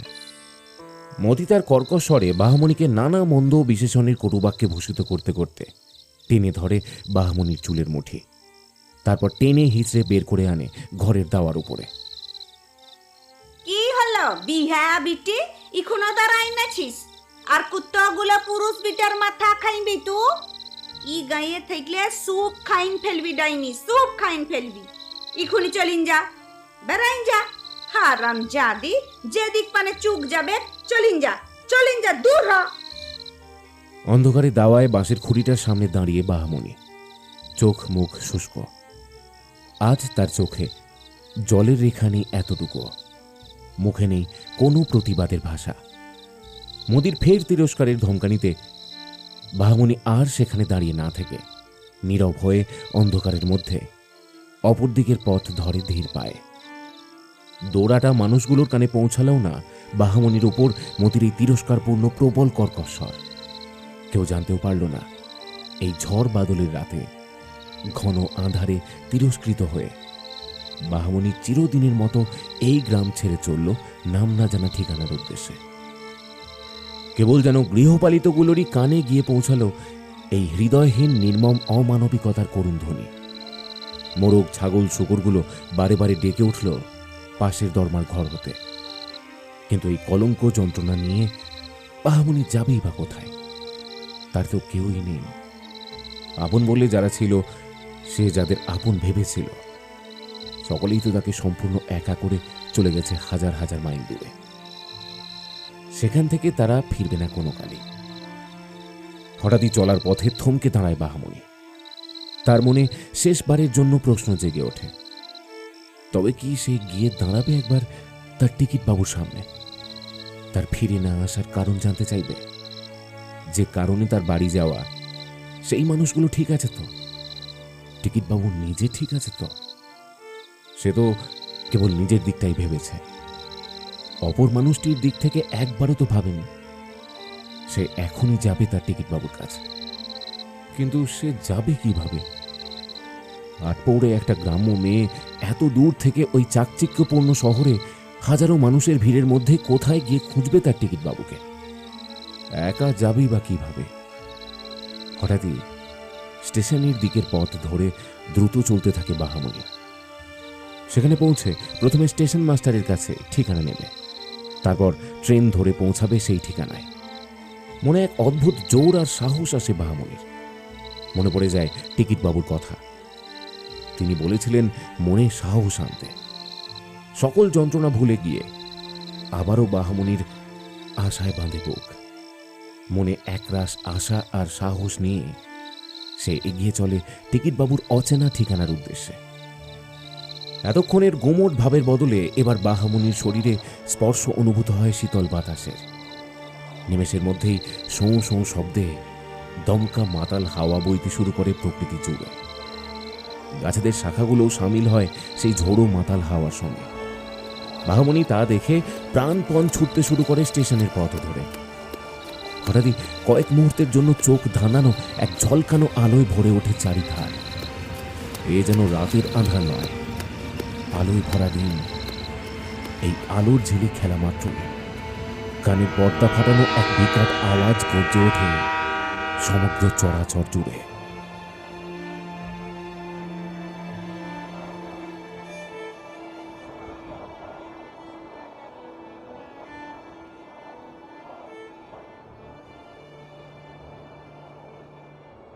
টিকিট বাবু, টিকিট বাবু গো, ও টিকিট বাবু। বাহমণি, আমি আসছি বাহমণি, আমি আসছি। ধর্মরীয় বিছানায় উঠে বসে মানিক। বুকটা কাঁপছে, চারিদিক নিকষ অন্ধকার। কিন্তু ও এ কি দেখল? বাহমণি ও ওইভাবে আঁতকে ওঠে মানিক। এতগুলো দিন পেরিয়েছে, বাহমণির সঙ্গে কোনো যোগাযোগ হয়নি। তাকে যে সে কথা দিয়ে এসেছিল সপ্তাহখানেকের মধ্যেই ফিরবে, সেই কথা তো সে রাখতে পারেনি। কিন্তু এতগুলো দিন বাহামণি কেমন আছে, তার পথ চেয়ে সে যে বসে আছে। কিন্তু আজ এমন অদ্ভুত ভয়ঙ্কর স্বপ্ন কেন দেখল? প্রচন্ড ঝড়ের মধ্যে বাহামণির উদ্ভ্রান্তের মতো দৌড়, একটা কান ফাটানো বিকট কর্কর আওয়াজ, তার নাম ধরে বাহামণির জোরে চিৎকার, আর তারপরে তীব্র একটা আলোক ছটাতে চারিদিকটা যেন ঝলসে গেল। বিছানা থেকে ধরপড় করে দ্রুত নামলো মানিক, ঘরের আলোটা জ্বালল, তারপর এগিয়ে গেল তার টেবিলের দিকে। টেবিলের এক কোণে রাখা বাহামণির দেওয়া দিলরুবা। তার আসার সময় বাহামণি ঠিক যেভাবে কাপড়ে মুড়ে তাকে দিয়েছিল সেই অবস্থাতেই পড়ে আছে। স্মারক চিহ্ন আছে ঠিকই, কিন্তু স্মরণ করা হয়নি। এই কদিনে কাপড়ে ধুলোও জমেছে বেশ। চোখ জলে ভিজে আসে মানিকের। এই গত কয়েকদিনে যা যা ঘটে গেছে তার জীবনে, তা ভাবতেই মরমে মরে ওঠে মানিক। কাপড়ের ধুলো মুছে বের করে আনে বাহামণির প্রিয় দিলরুবা। তারপর স্থির করে আর দেরি নয়, কাল সকালেই রওনা দেবে বাতাসপুরের উদ্দেশ্যে।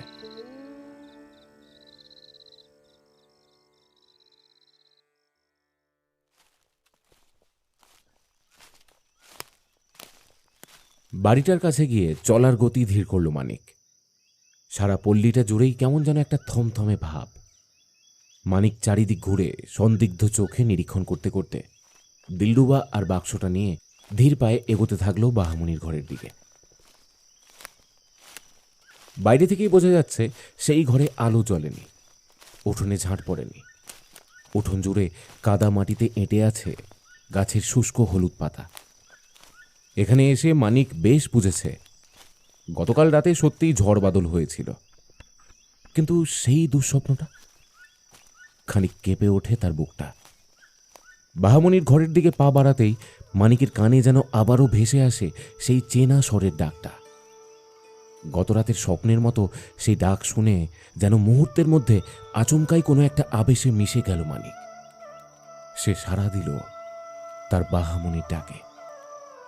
তারপর সেই কাতর স্বরের ডাক পেয়ে বাহামণির ঘরের দিকে আর না এগিয়ে নিজের ঘরটার দিকে ছুটে যেতেই পেছন থেকে হাঁক পড়ল সেই কর্কশ স্বরের, টিকিট বাবু, টিকিট বাবু, তুই আছিস? সেই ডাক শুনে ঘোর কাটতেই চমকে উঠে পিছনে ফেলল মানিক। দাওয়ার ওপর লণ্ঠন হাতে মতি দাঁড়িয়ে আছে, কিন্তু তার সেই কর্কশ স্বরে যেন আজ তেমন তীক্ষ্ণতা নেই। আছে শুধু যেন শোকার্ত সুর। বাহামণি কোথায়? সপাটে জিজ্ঞাসা করে বসল মানিক। আজ আর তার কোনো লুকোচুরি নেই, কোনো দ্বিধা নেই। কাঁধে দিলরুবার ঝোলাটা খানিকটা তুলে বাক্সটা নিয়ে মতির ঘরের দিকে এগিয়ে যায় সে। বাহার লাই টিকিট বাবু, ও বিটি আর বাঞ্চে লাই গো। ফুঁপিয়ে ওঠে মতি। কথাটা কোনোভাবেই যেন বিশ্বাস হয় না মানিকের। মতি হাঁপড়ের মতো হাঁপিয়েই চলে কেবল। বাহামণি বেঁচে নেই মানে? কি যা তা বলছেন আপনি?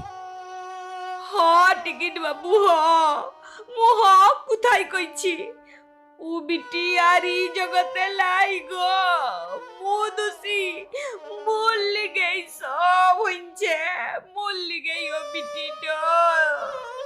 কি কি বলছেন আপনি? হ টিকিট বাবু, কাল রাতের বেলা ও তুল লিগে কাঁদছিল।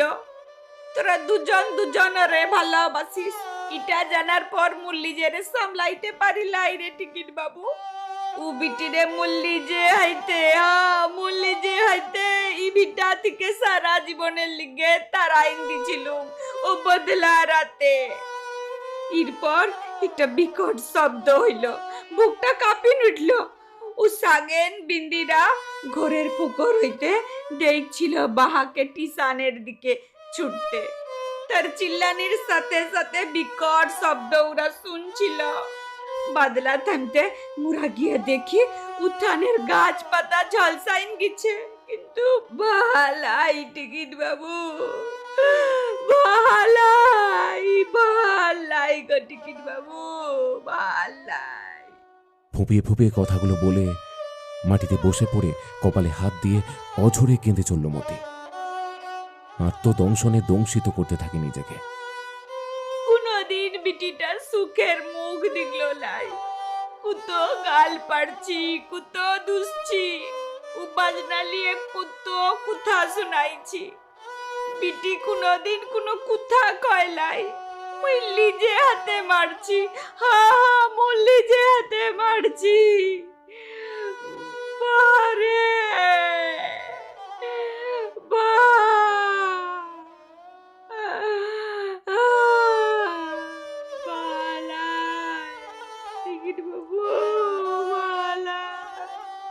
মতির কথাগুলো শুনে আর এক মুহূর্ত সোজা হয়ে দাঁড়িয়ে থাকতে পারে না মানিক। তার পা দুটো কাঁপতে থাকে থরথরিয়ে।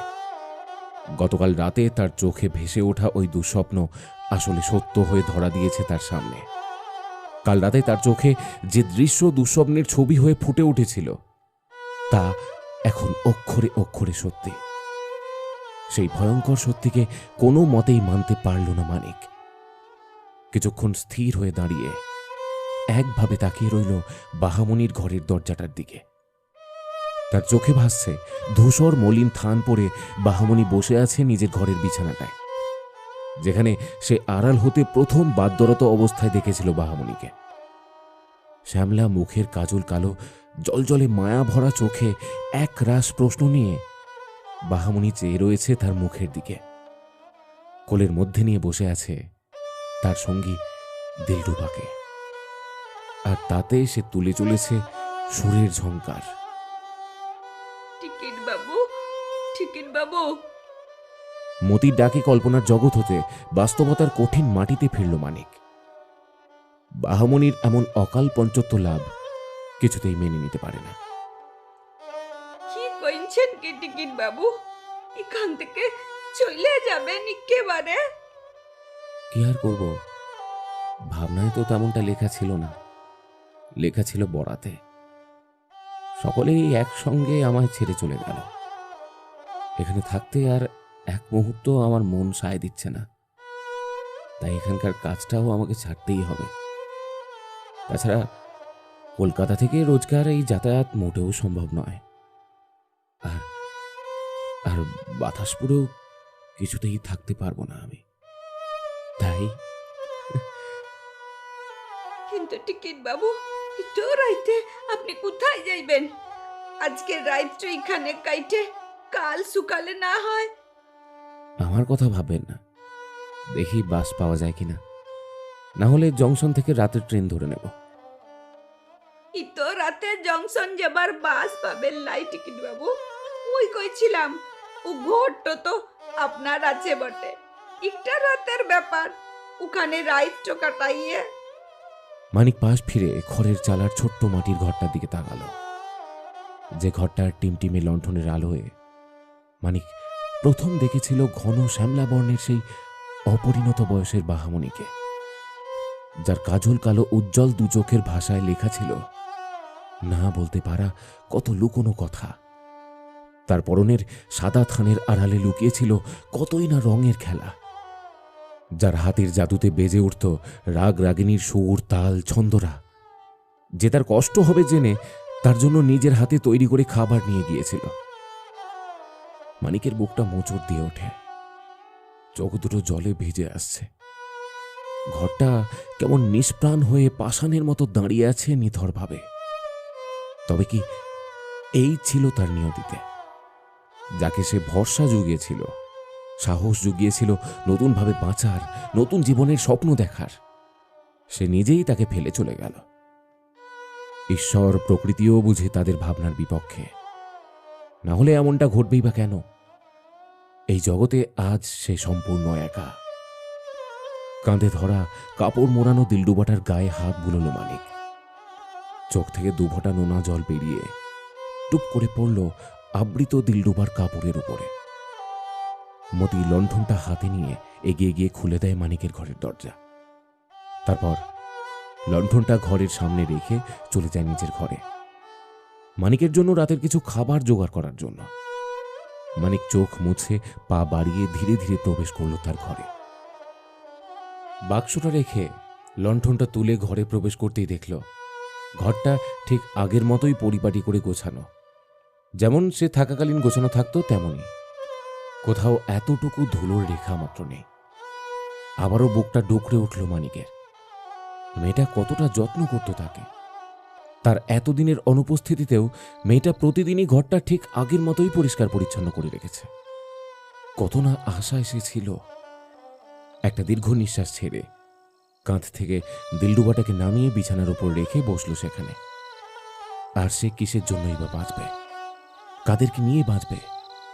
কাছের মানুষগুলোই তো স্বার্থপরের মতো তাকে ছেড়ে পর করে চলে গেছে একেবারের জন্য। আর কি বা আঁকড়ে ধরে সে বাঁচবে? মনের সুখ দুঃখগুলোকে ভাগ করে নেবে কার সঙ্গে? একদিন সে অন্যের ভরসা হয়ে দাঁড়িয়েছিল, অন্যকে সাহস জুগিয়েছিল, নতুনভাবে জীবনে এগিয়ে চলার পথ দেখিয়েছিল। আজ সবাইকে হারিয়ে সে নিজেই ভেঙে পড়েছে একেবারে।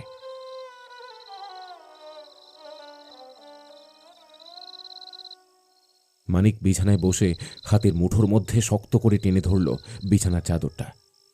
বুকের ভিতরটা কেমন যেন শূন্য হয়ে আসছে। চোখ দুটো ছলছল করে উঠছে। স্থির চোখে দেখতে লাগলো বাহামুনির হাতে গোছানো ঘরের চারিদিকটা। চারিদিকে তাকাতে মানিকের হঠাৎ চোখে পড়ল টেবিলের ওপর থালা উপুর করে কিছু একটা ঢেকে রাখা। দেখে মনে হবে খাবার জাতীয় কিছু, যা অন্য একটি থালা দ্বারা আবৃত। ঠিক যেমন করে খুব যত্ন করে বাহামণি তার জন্য খাবার নিয়ে আসতো প্রতি রাতে, ঠিক তেমনই। এটা দেখে মানিক ভীষণ অবাক হলো। প্রথমটা একটু ইতস্তত করলেও পরক্ষণে উঠে চোখ মুছে টেবিলের কাছে গিয়ে উপরের থালাটা তুলল ধীরে ধীরে। আর থালা তুলতেই হতবাক হয়ে গেল সে। দেখল খুব যত্ন করে থালাতে বেড়ে রাখা ভাত, কলাইয়ের ডাল, আলু সিদ্ধ আর কুমড়ো ফুলের বড়া। চমকে উঠল মানিক। এই পরিবেশন কার জন্য? বাহামণির শাশুড়ি কখন তার খাবার রেখে গেল? তার আসার আগেই কি রাতের খাবার পরিবেশন করে দিয়েছে, নাকি এই খাবার অন্য কারো? এমন অদ্ভুত ঘটনায় অত্যন্ত বিস্মিত হয়ে প্রশ্নের উত্তর খুঁজতে মানিক ঘর থেকে দরজার দিকে যেতেই পিছন থেকে ভেসে এলো টিকিট বাবু। আবারও চমকে উঠল মানিক।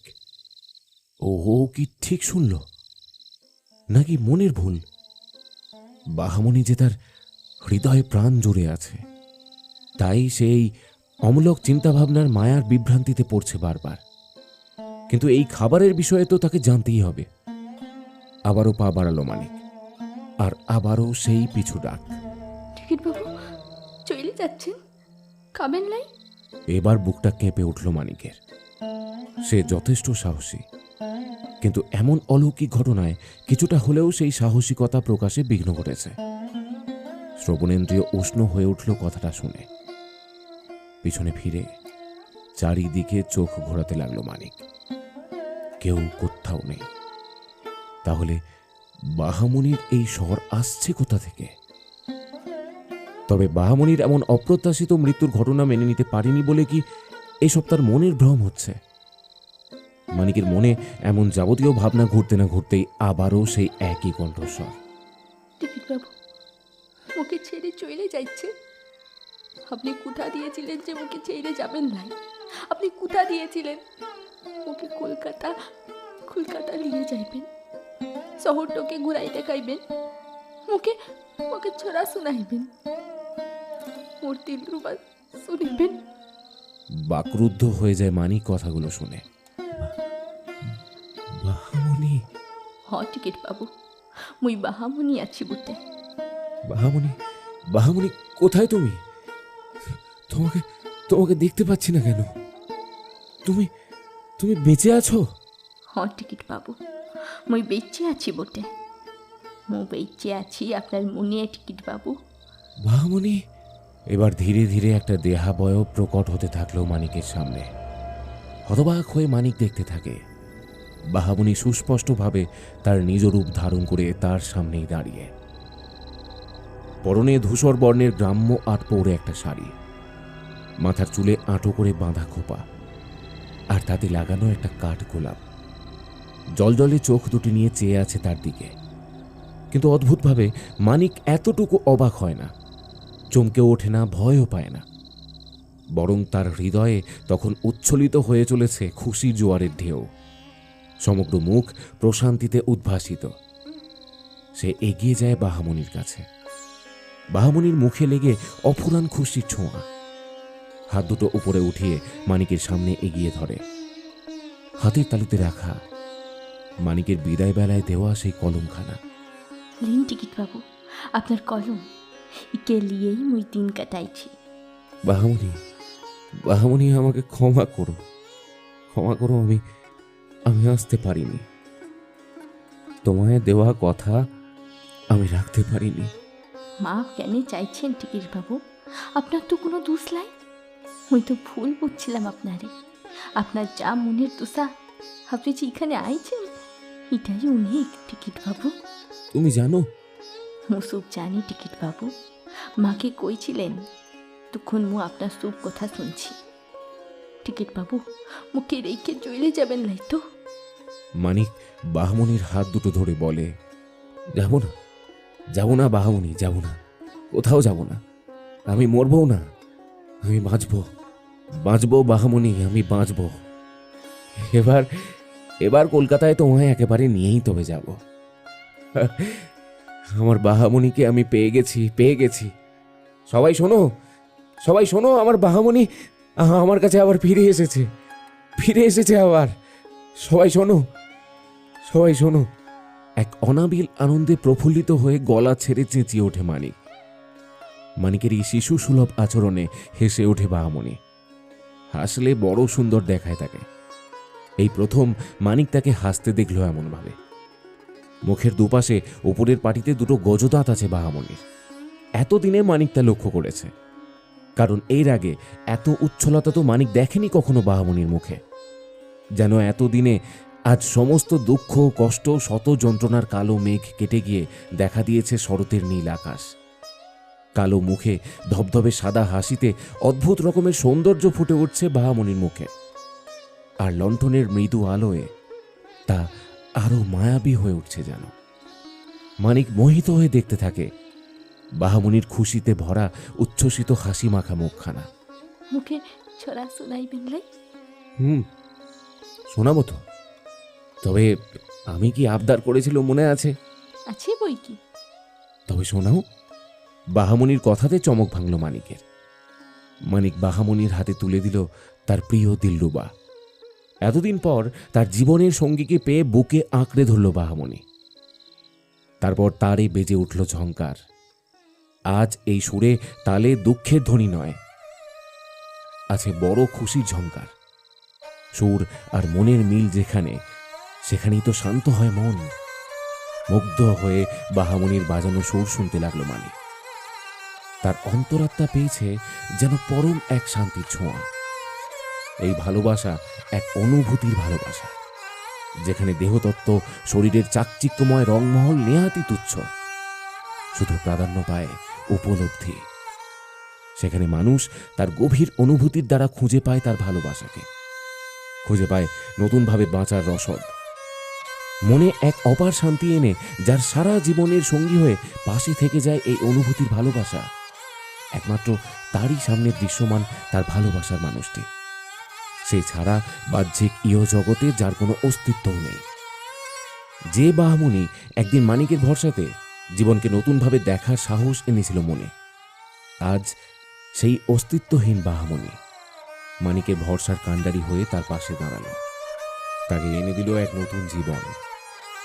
এভাবেই হয়তো ইহজাগতিক ভালোবাসা মিশে যায় পরজগতের এই অদ্ভুত ভালোবাসার সঙ্গে। হঠাৎই মানিকের ঘর থেকে এমন অদ্ভুত চিৎকার, উল্লাসিত হাসির শব্দ, আর তারপরেই দিলরুবার সুর ভেসে আসতেই নিজের ঘর থেকে ছুটে এলো মতি। তার শোকাবহ নীরব কারুণ্যময় পরিবেশে হঠাৎই এমন আনন্দমুখর উল্লাসের ধ্বনির সঙ্গে বাদ্যযন্ত্রটার সুর শুনে ছুটে এলো সাগেন, বিন্দি, মুনিয়া থেকে পল্লীর আশেপাশের মানুষগুলো। সকলের চোখে মুখে কৌতূহল। মতি এগিয়ে যায় মানিকের ঘরের দিকে। তার পিছু পিছু ততক্ষণে এগিয়ে এসেছে অনেকে। এতক্ষণে বন্ধ হয়েছে ঝিঝির শব্দ। গাছের শাখাগুলো দুলে চলেছে শরতের মিঠে হাওয়াতে। অসংখ্য তারকারাজির মাঝে ফুটে রয়েছে শুক্লা দ্বাদশীর ভাঙা চাঁদ। বোধ করি প্রকৃতিও হয়তো চাইছে এই অতি প্রাকৃত মিলনে সামিল হতে। সকলের দৃষ্টি খোলা দরজা হতে ঘরের ভিতরে। এমন অত্যাশ্চর্য দৃশ্য দেখেই সকলে একেবারে আঁতকে উঠল। বিছানায় বসে দিলরুবাটা বেজে চলেছে নিজে থেকেই, যেন অদৃশ্য কেউ তাকে ধরে বাজিয়ে চলেছে। আর তার সামনে বসে সেই সুরে তাল মিলিয়ে তাদের টিকিটবাবু পাঠ করে চলেছে রবি ঠাকুরের এক প্রেমের কবিতা। ভালোবেসে সখী নিভৃতে যতনে আমার নামটি লিখো তোমার মনের মন্দিরে। আমার পরাণে যে গান বাজিছে তাহার তালটি শিখো তোমার চরণ মঞ্জিরে। ধরিয়া রাখিও সোহাগে আদরে আমার মুখর পাখি তোমার প্রাসাদ প্রাঙ্গণে। আমার স্মরণ শুভ সিন্দুরে একটি বিন্দু এগো তোমার ললাট চন্দনে।